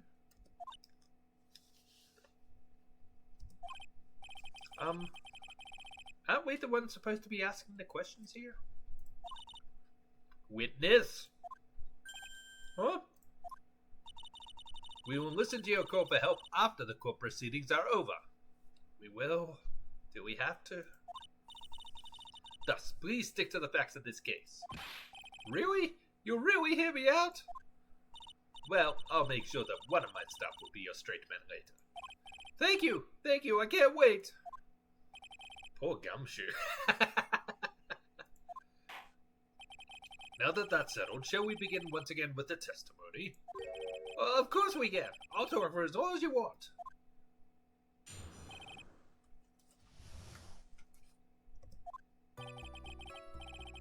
The night of the murder, after practice was over, I went straight back to my room. You have no idea how tired I was that night. I was pooped. I thought I'd go straight to sleep, but before I did, I glanced out the window. That's when I saw 2 silhouettes. They were a bit far away, though. It was the ringmaster, and he was with Max, who was wearing his cloak. I kept watching them, and all of a sudden, Max clonked the ringmaster over the head. That's very interesting. If this eyewitness account is to be believed, I have enough to pass judgment right now. He doesn't seem like a very reliable witness, though, does he? Of course you can. There is no way that this account can be criticized. However, the witness is a bit, how do you say, off-kilter. Thank God he noticed. Almost like he has some sort of atmosphere of guilt surrounding him. Aha! Aha! Aha! That must be because of my insincere smile. Mr. Wright, please begin the defense's cross-examination. Yes, sir. Nick, you gotta find some kind of contradiction in his testimony. I know that. Mr. Wright, Your Honor, I'm afraid that if you push this witness too far, it would bring disaster upon the court. Thus, I sincerely hope you are not going to engage in pointless saber-rattling. I understand, Your Honor. If you cause this guy to stray from the facts, I'll hold you responsible. Why am I responsible? I'm not the one with the corny jokes. Okay, stakes are high here, by the sense of it. The night of the murder, after practice was over, I went straight back to my room. You'd say that practice wrapped up around 10 p.m., right? See, that's the thing. Huh? How exactly am I supposed to make a joke about 10 p.m.? Now, 8 o'clock, that's something a clown can riff off of. Let's just pretend it was 8 o'clock. That way I can make a joke. Let's not make it 8 p.m., alright, Mo? What do you mean, let's not? Don't take the clown out of clowning around. Come on, Nick, just listen to his joke. There are 3 reasons why I don't want it. 1, I probably won't laugh. 2, I'll get hit with a penalty. 3, I'll get whipped. Will the witness just proceed with his factual testimony? You are so boring. You have no idea how tired I was that night. I was pooped. You were pooped that night. Oh no, please don't. Please don't. Yes, I was very, very tired. Not to mention I had some bad Mexican food. There it is. What? The double cheese double bean enchilada is a dangerous menu item. What happened after that? As they say, happens. Ah! Ah! Ah! Ah! Ah! Oh, that one was cool, huh? Hey, the kids really love toilet humor these days. That joke was so hip, I don't want to ruin it with a reply. I've got a good reply, though. That joke was so funny, it just earned you a penalty. Oh, harsh. I thought I'd go straight to sleep, but before I did, I glanced out the window. That's when I saw two oh. Far away, you say? If you had to say exactly, how far away were they? Well, let me think about that for a second. If my room is here, and they looked about yay big, I'd say they were about 30 feet from my window. Just 30 feet? That's not far at all. But it was snowing that night, and that cut down on visibility. I see. Please continue with your testimony regarding the two shadows that you saw. It was the ringmaster, and he was with Max, who was wearing his cloak.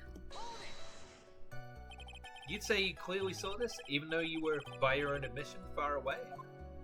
Well, that's right. I'd been thinking about it over and over since that night, but things didn't really make sense until I spoke with the prosecutor, Miss Von Karma. But now I'm 100% certain it was Max and the ringmaster I saw that night. Just think about it. How could I be wrong if Max is always wearing his uppity symbols? Uppity symbols? Boys nowadays, do you even have to go to school anymore to be one? Alright, everyone knows what to do. All together now, say it with Uncle Mo. Oof. Tough crowd. See what I mean? It's always like this. The crowd never wants to go along with me. I must really be utterly and completely worthless as a clown. Yowza! Enough foolishness. Get back on track. Will the witness please testify as to what he saw, and only what he saw? I kept watching him, and all of a sudden Max clonked the ringmaster over the head. You say you saw the ringmaster get clonked over the head? Yes, I did. It's the climax of my story. He really does enjoy the completely random non sequitur. What would you say the victim was struck with?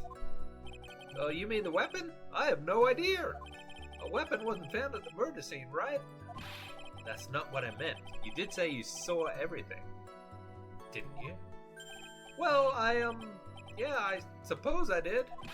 Wait, no, I didn't. I didn't see a weapon. Mo, did you or did you not see the crime of murder committed that night? Objection! I will not permit you to harass my witness in this manner. You'd better have an excellent reason for attacking this poor clown. Because if you don't, you know what is waiting for you. A nice penalty. Ooh, that's a big one. I think I better save here.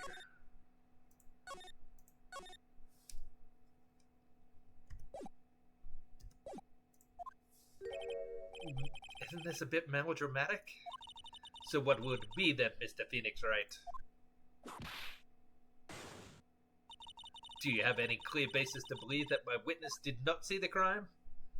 Well, he just admitted he couldn't see the murder weapon, but... Of course I do. Of course I have grounds to make this claim. Then let's hear it. There's something I can't share with you at this time.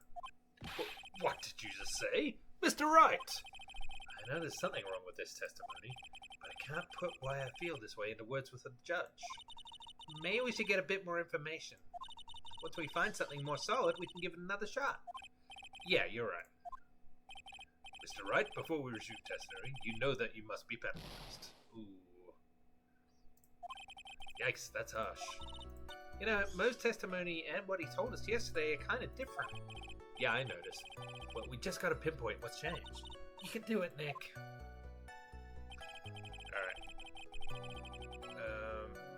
Alright. I think... Let's just,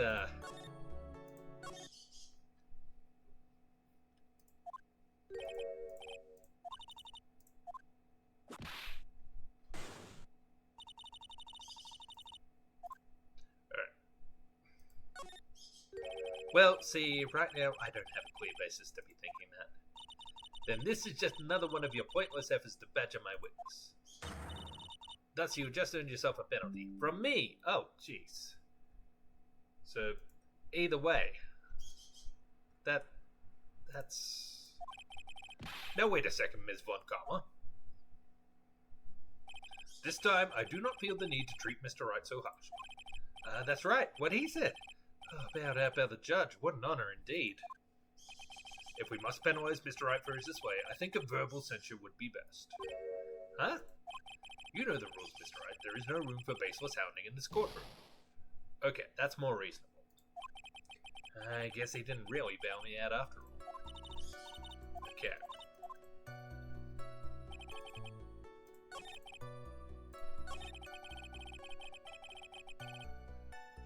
I think I forgot to question him on this one. You just happened to glance out the window.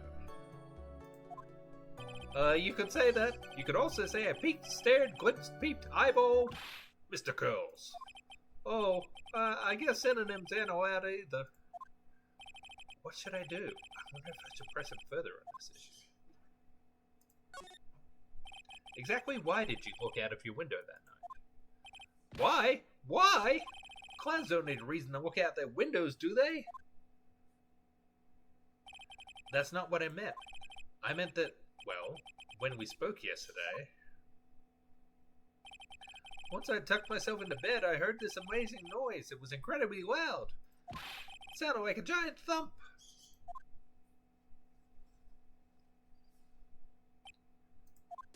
Oh yeah, I forgot about that. You forgot? Your Honor, the witness looked out of his window upon hearing a loud sound. Did not just simply glance out of his window that night. Oh yeah, that's right. I forgot to mention that thump, didn't I? Owie, owie, owie. That's not something you just forget to mention. Yeah, what she said. I believe it would be best if Mo were to revise his testimony. Very well. Mr. Curls, please revise your testimony. I should start turning the tables in our favor.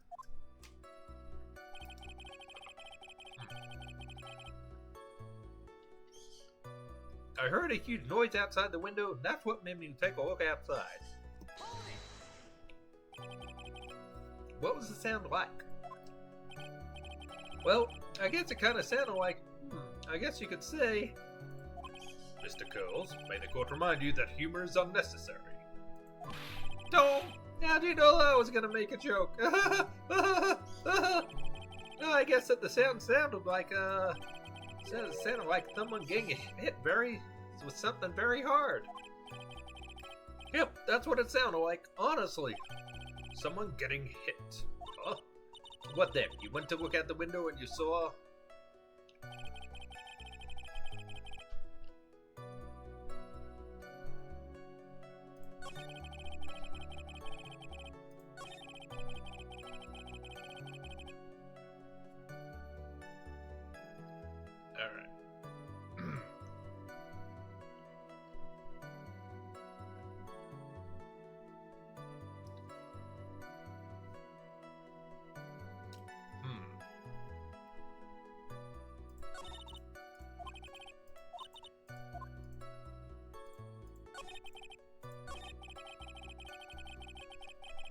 Alright. Well, not entirely sure how this is going to help, but I think I can guess what the big sound was.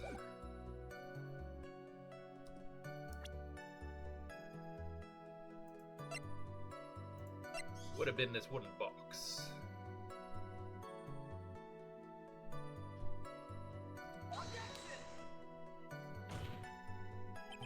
The witness's statement is clearly faulty, Your Honor. I'm sorry, but I can see nothing faulty. Unfortunately, I will have to penalize you, Mr. Wright. Well, that's no help. Must be on the wrong track.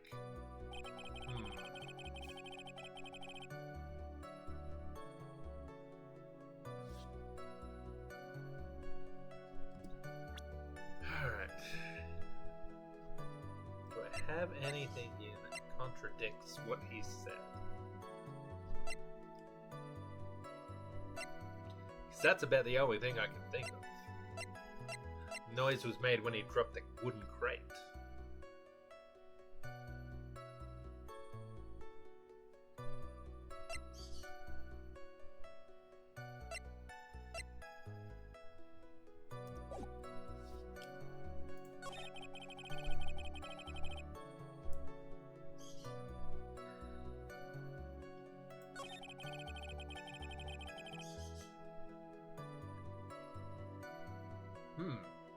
No mention of wearing his hat, though.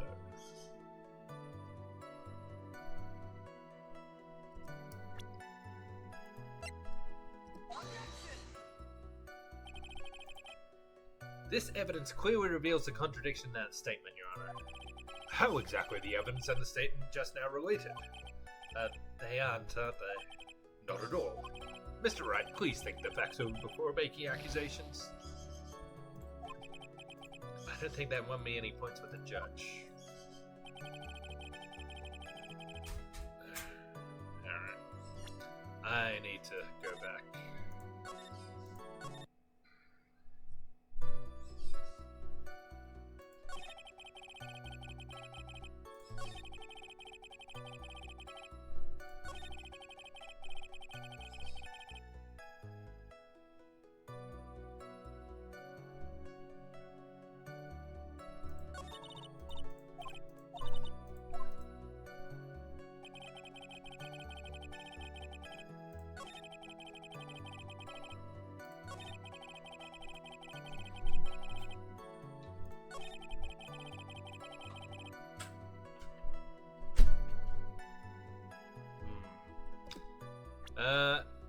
Anyone in the audience like to make a suggestion? I'm clearly missing something here.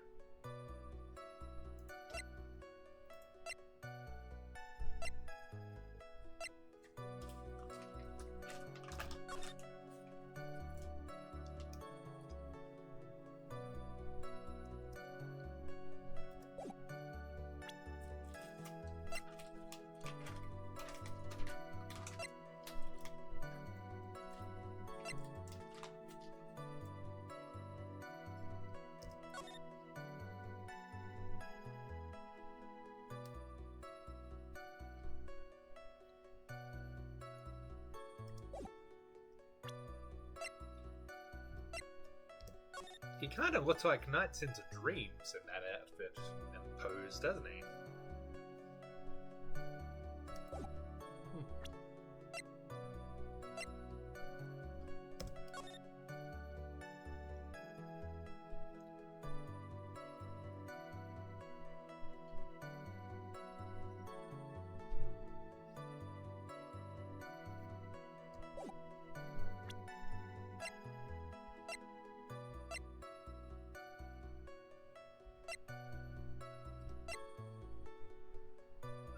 I hate to say this, but I've got nothing here. I mean, I can make a few guesses at things. I'm sure that the noise that he heard was the large box being dropped. And I noticed that he said Max was wearing his cloak, but nothing about him wearing his hat. Oh, maybe if I show him the poster.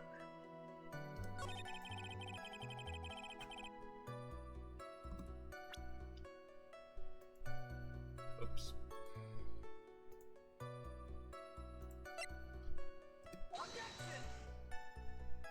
No, I don't think that's right. Witness's statement is clearly faulty, Your Honor.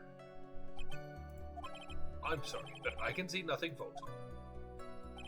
Unfortunately, I will have to penalize you, Mr. Wright. I don't know what to do.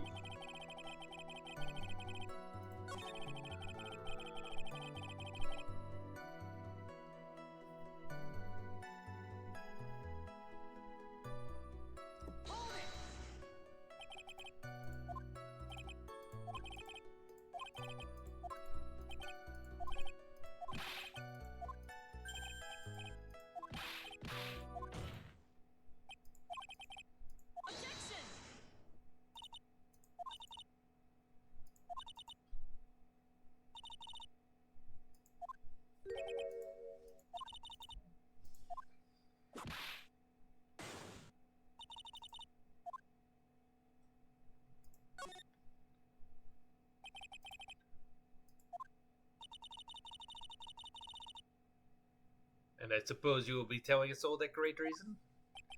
Of course I will. The reason is the witness's very own testimony. Okay, here we go. What is the meaning of that, Mr. Wright? Mo said that he heard a sound like a thump of someone getting hit. He did say that. However, Mo just stayed the following under oath. I kept watching them, and all of a sudden Max clunked the ringmaster over the head. If Mo is to be believed when he says he looked out the window upon hearing a sound, there's no way he could have seen Max clunk anyone. In 1972, the crack clan... Oh god, is he pointing the A-team? Mr. Curls, how do you respond to Mr. Wright's assessment? They didn't commit. These clans probably escaped from a maximum security cloud car. Mr. Curls, are you reciting the C-Team theme to anger this court? Oh, no. I'm just stalling for time while I jog my memory. Great job, Nick. These types of witnesses always seem to have a very selective memory. Just have to peel back the layers of the clan makeup to find the truth. Well, you're back from your jog? Well, it pretty much happened the way I said. Pretty much. When I looked out my window that night, the ringmaster was already face down in the snow. The prosecution helped me fill in the gaps of my statement. Fun, come on. Tampering with witnesses again. So now you were saying that you did not see the defendant clonk the ringmaster? Yes. When I looked out my window, the ringmaster had already checked out. Checked out? Yep, he was on permanent vacation, as they say. Mr. Curls, Your Honor? you did not witness the actual crime, however. You still say you saw the criminal, correct? Yes, exactly. The ringmaster was slumped over, and I saw someone silhouette next to him. Very well, then please testify to this silhouette you saw. I expect the truth. If I even catch a hint of a joke from you, I will put you in a holding cell until you learn court etiquette. Got it? Got it.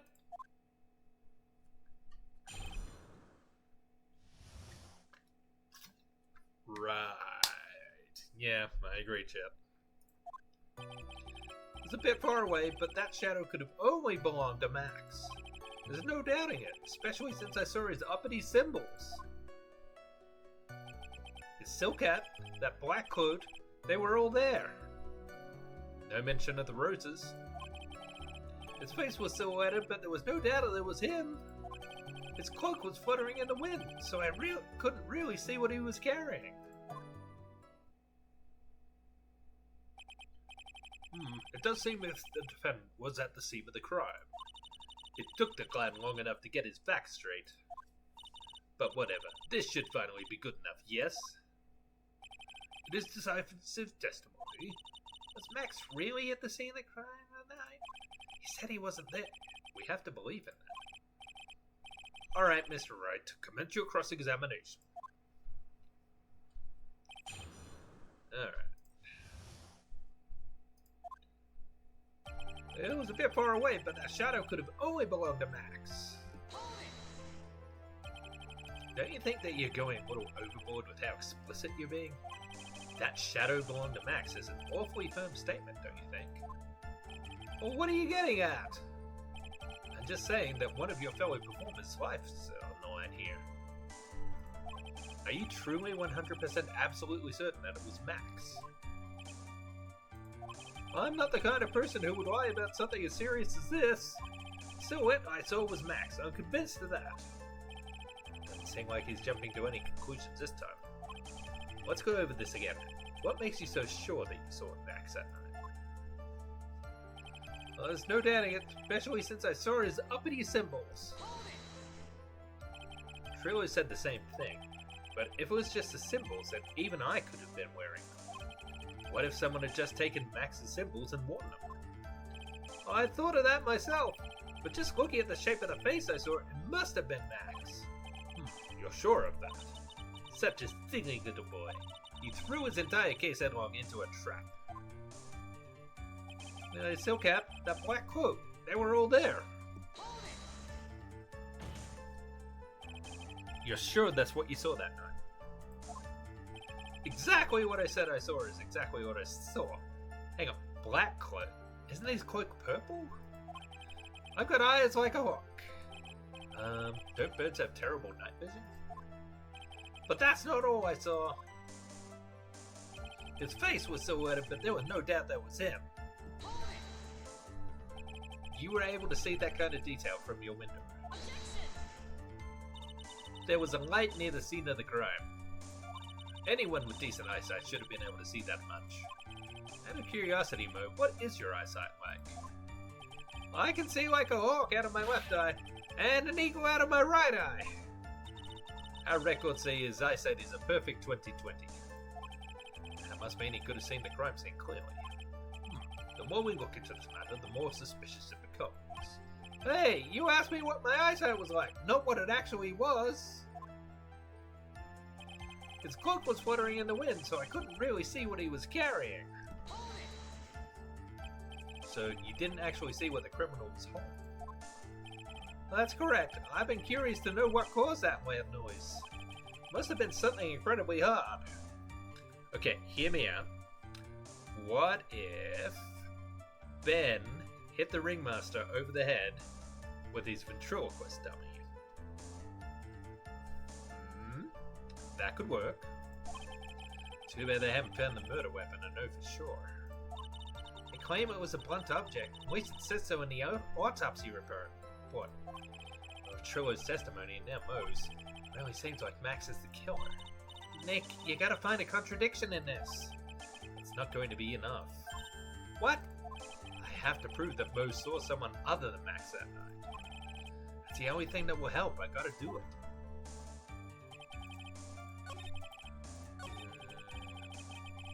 Okay, let's have a look here.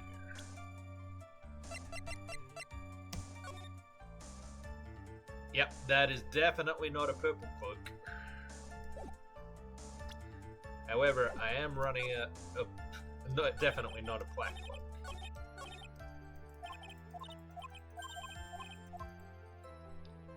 Alright, just to be safe, because I don't have many points left, I'm going to do another save.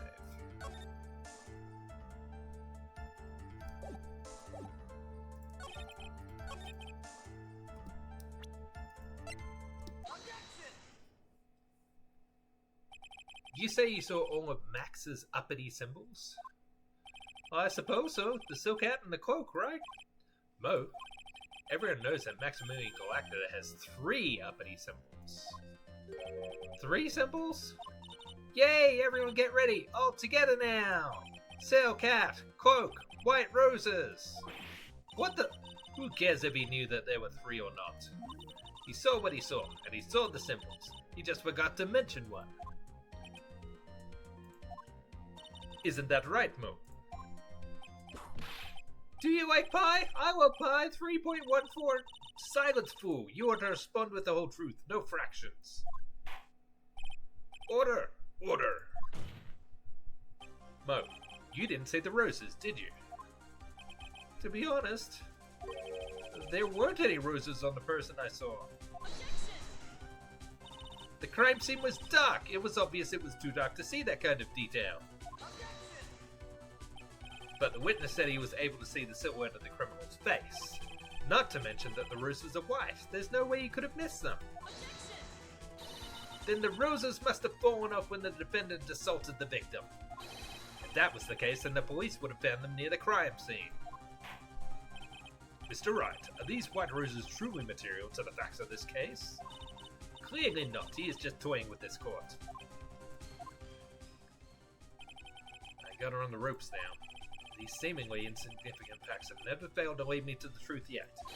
Someone is toying with the court, but it's not me. Your Honor, do you recall Trillo's testimony? There's no way I could mistake someone wearing those 3 ridiculous symbols. How can you mistake someone with that crazy getup and his nose stuck up so high? How could you mistake someone wearing such a snobby 3-piece getup? Trillo saw them all. Trillo saw all 3 of Max's symbols.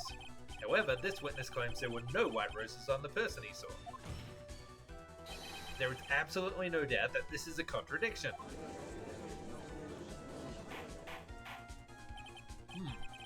Now, what am I supposed to think?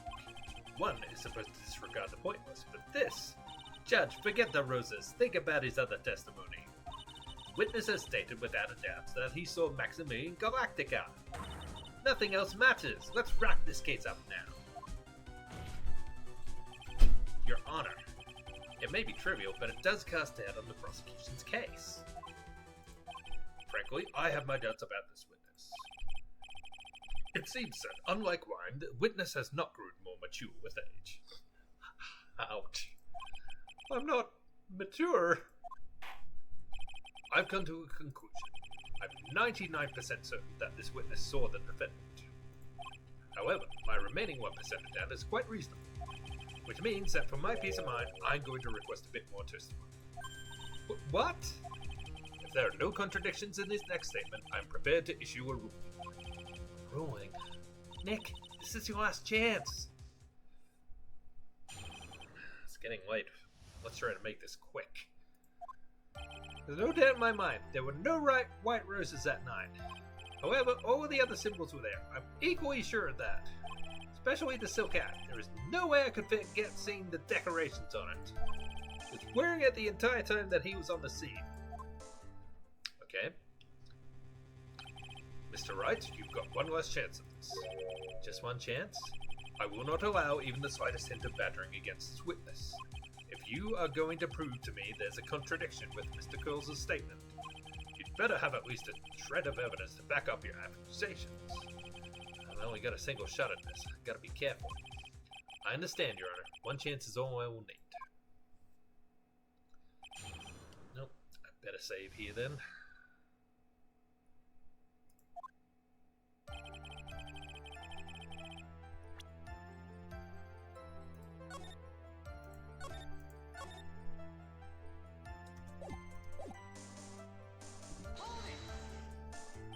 Mo, be honest.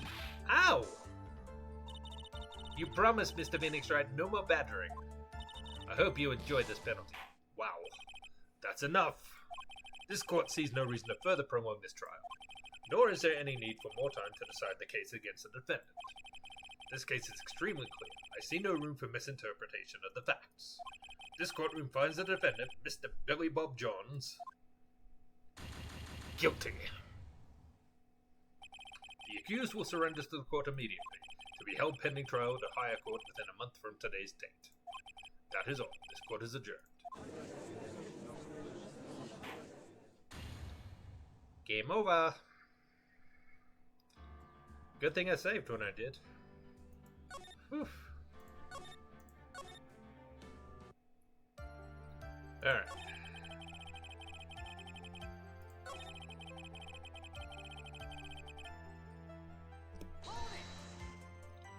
Mo, be honest. Oh. Ah, jeez. Really? So I'm not allowed to further question him at all. I can only present him with evidence.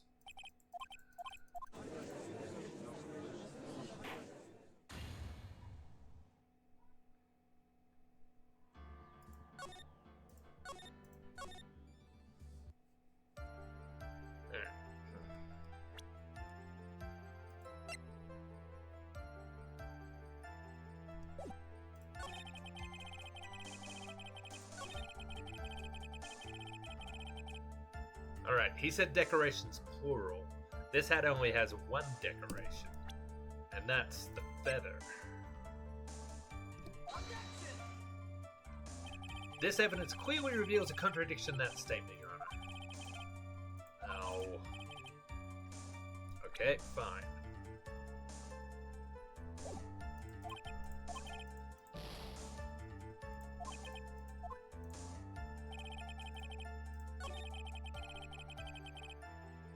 Ah, there's a contradiction. I'm dumb.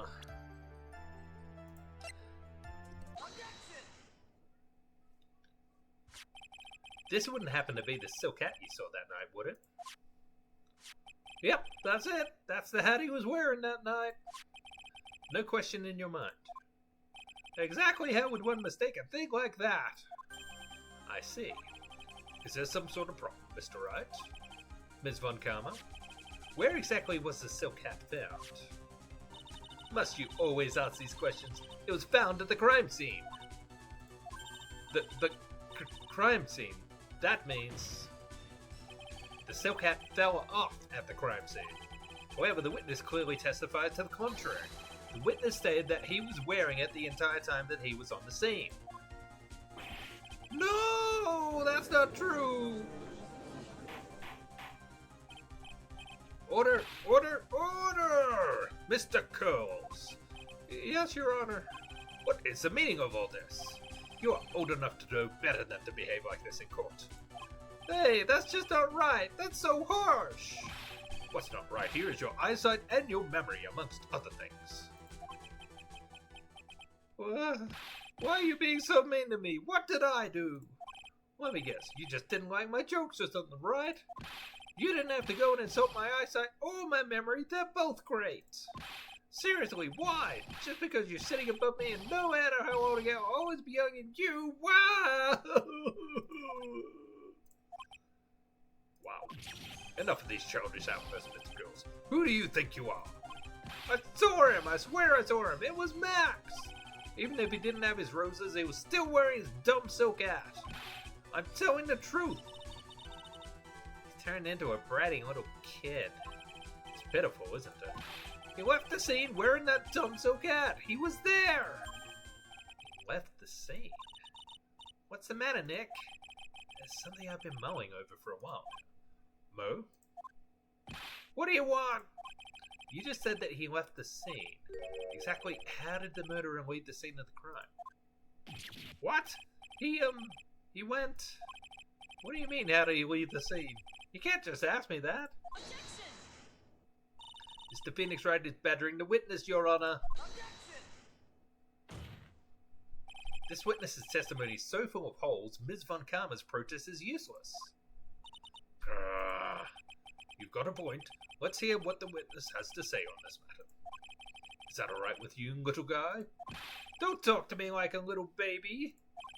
Besides, what kind of stupid question is how did he leave the crime scene? The answer's obvious. Just turned around and walked away. That's what I expected you'd say. Are you sure that's how it happened? Say what? Huh? I'm not sure I know exactly where you're going with this. Boys nowadays sure do love to hop on the smallest things. Do you have any proof to counter his story as to how the criminal left the crime scene? Yeah, the lack of footprints. Take that! How about this? This isn't your idea of a joke, is it, Mr. Wright? Not very amusing, Mr. Phoenix Wright. You're not going to get paid for that one. Doesn't look like it. Oh, damn it.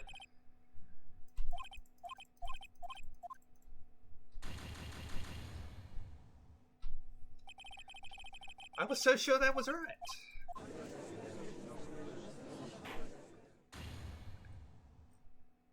Alright.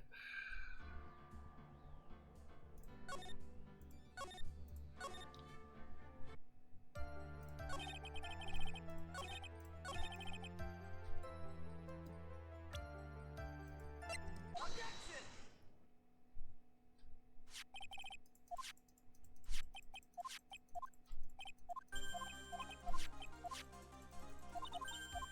I do enjoy this music.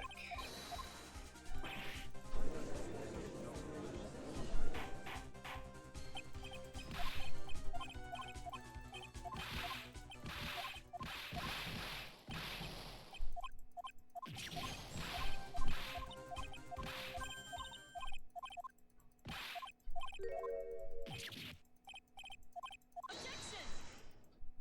Objection!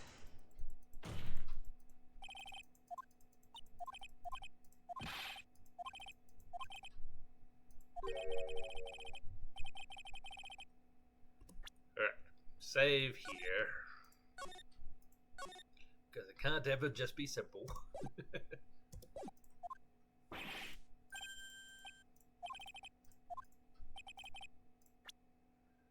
Alright, do I have any proof to counter his story as to how the criminal left the scene? Did I show the wrong... Did I show the wrong piece of evidence, maybe? Oh, maybe I should accidentally showed the map. Take that! Look at this picture. The problem is the footprints in the snow. Footprints? In this photo, we can clearly see the footprints of the victim. However, where are the criminal's footprints? They aren't there. Ay, ay, ay, ay, ay! So Mo, exactly how did the criminal escape the scene? Your Honor, this witness has already proven that his testimony is completely unreliable. I move to strike all this witness's testimony from the court record. I agree. This clown's testimony is as rickety as the clown girl he came to court in. Wait just a second. You guys can't just ignore everything I've said. Fine, I'll tell you the truth this time. You wait a second. I think you've said more than enough for today. That didn't hurt. I'm sick and tired of listening to you anyways. I'll give you the real deal this time, I swear. I don't know why, but I get the feeling things are gonna get worse before they get better. Mr. Lawrence Curls? Yes? The testimony you provided up until now has been false. It hasn't been false. I haven't lied. It's just what? It's just I was a bit confused on the bit about the criminal leaving the scene. Oh man. When is this going to end? Especially Vince Von Karma and her whip told me not to talk about what I really saw. Order! Order! I will have order! Franziska Von Karma, how could you? Your Honor, if you had heard the truth from this witness, you would have exactly the same opinion as I have. What opinion is that? It's not funny. That's enough out of you. I'm going to listen to what he has to say. Now then, let's hear the truth about what you saw, Mr. Curls. Ha! You're not going to believe this, but it's all true, I tell you. Try not to waste our time with your idiotic dribble. Oh, man. This just keeps going on. Now it's time for our next segment. Mo knows. Everything I said up until now has been the truth. When I looked out the window, the ringmaster was down and Max was standing above him. He wasn't wearing his white roses, but he was wearing the silk hat. That's when I saw he... I thought it was going to be that. This is the truth now. Get ready for it. He flew. He jumped up and flew through the air. Flew right off and disappeared into the darkness. That's why there were no footprints. Flying people don't leave footprints. I told you it wasn't funny. Do you believe me now?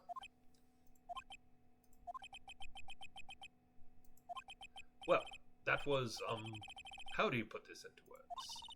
Maximilian Galactica is a world-class magician, but to lead the scene of a crime by flying, there's no way that actually happened. You're right. Why is she right? You believe the other witnesses? Why wouldn't you believe me? Especially since it's the best part of the story. To be honest, this is the first time I've heard of a flying criminal. What do you think about this witness's testimony, Mr. Wright?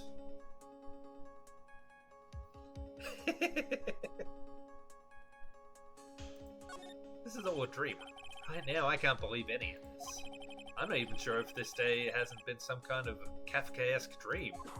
Ow! Now do you think it's still a dream? Huh, Mr. Phoenix Wright?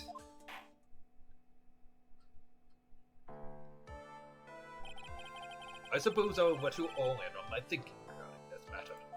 The criminal disappeared into the sky. I'd love to believe that, but I just can't wrap my head around how that could actually happen. You imbecile! If you disregard a need for proof, Miss Von Karma's case is sound. However, I've got the feeling that this case is in dire need of more investigation. Thus, I will conclude today's proceedings at this point. It's an undisputed fact that the criminal left no footprints at the crime scene. Tomorrow, I want us to find out the reason behind this mystery of mysteries.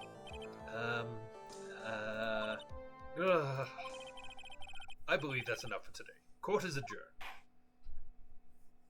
Finally. I need to pee so bad. Hey, sweeties, what in the world is going on? That's what I want to know. They say the criminal flew off into the air and disappeared. Max, I can't believe I'm asking this, but you didn't fly that night, did you? I know you didn't mean to ask me such a fabulously stupid question. I can't fly whenever I please. It's not that easy.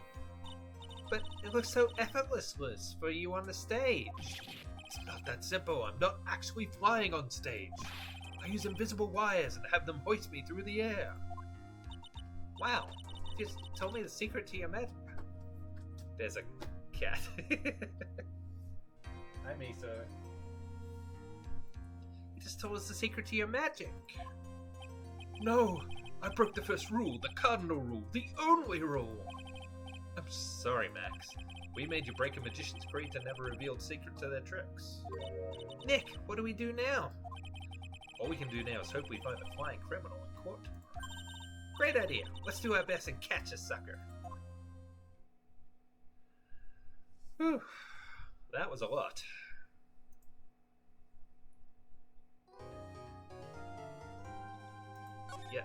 Yes, we will save. Alright, and I need to do grocery shopping and also need to pee really badly. So I think I'm gonna have to wrap it up here for today. No raid, I need to finish up very quickly. So thank you for watching. We're going to continue this whole saga on Friday, 1 p.m. Mountain Time. Until then, if you want to see any of my other material, it's links down below. My Blue Sky, my YouTube, where I archive all my Twitch streams, and my Tumblr. All of them there. Yeah. Remember the case after this is one of the best in the series. Okay, good. Something to look forward to. Alright, thanks for watching, guys. Thanks to Dom, thanks to chat. Glad to have you in the chat. Always great. Have a great night, and yeah, I'll hopefully catch you guys again on Friday. Take care.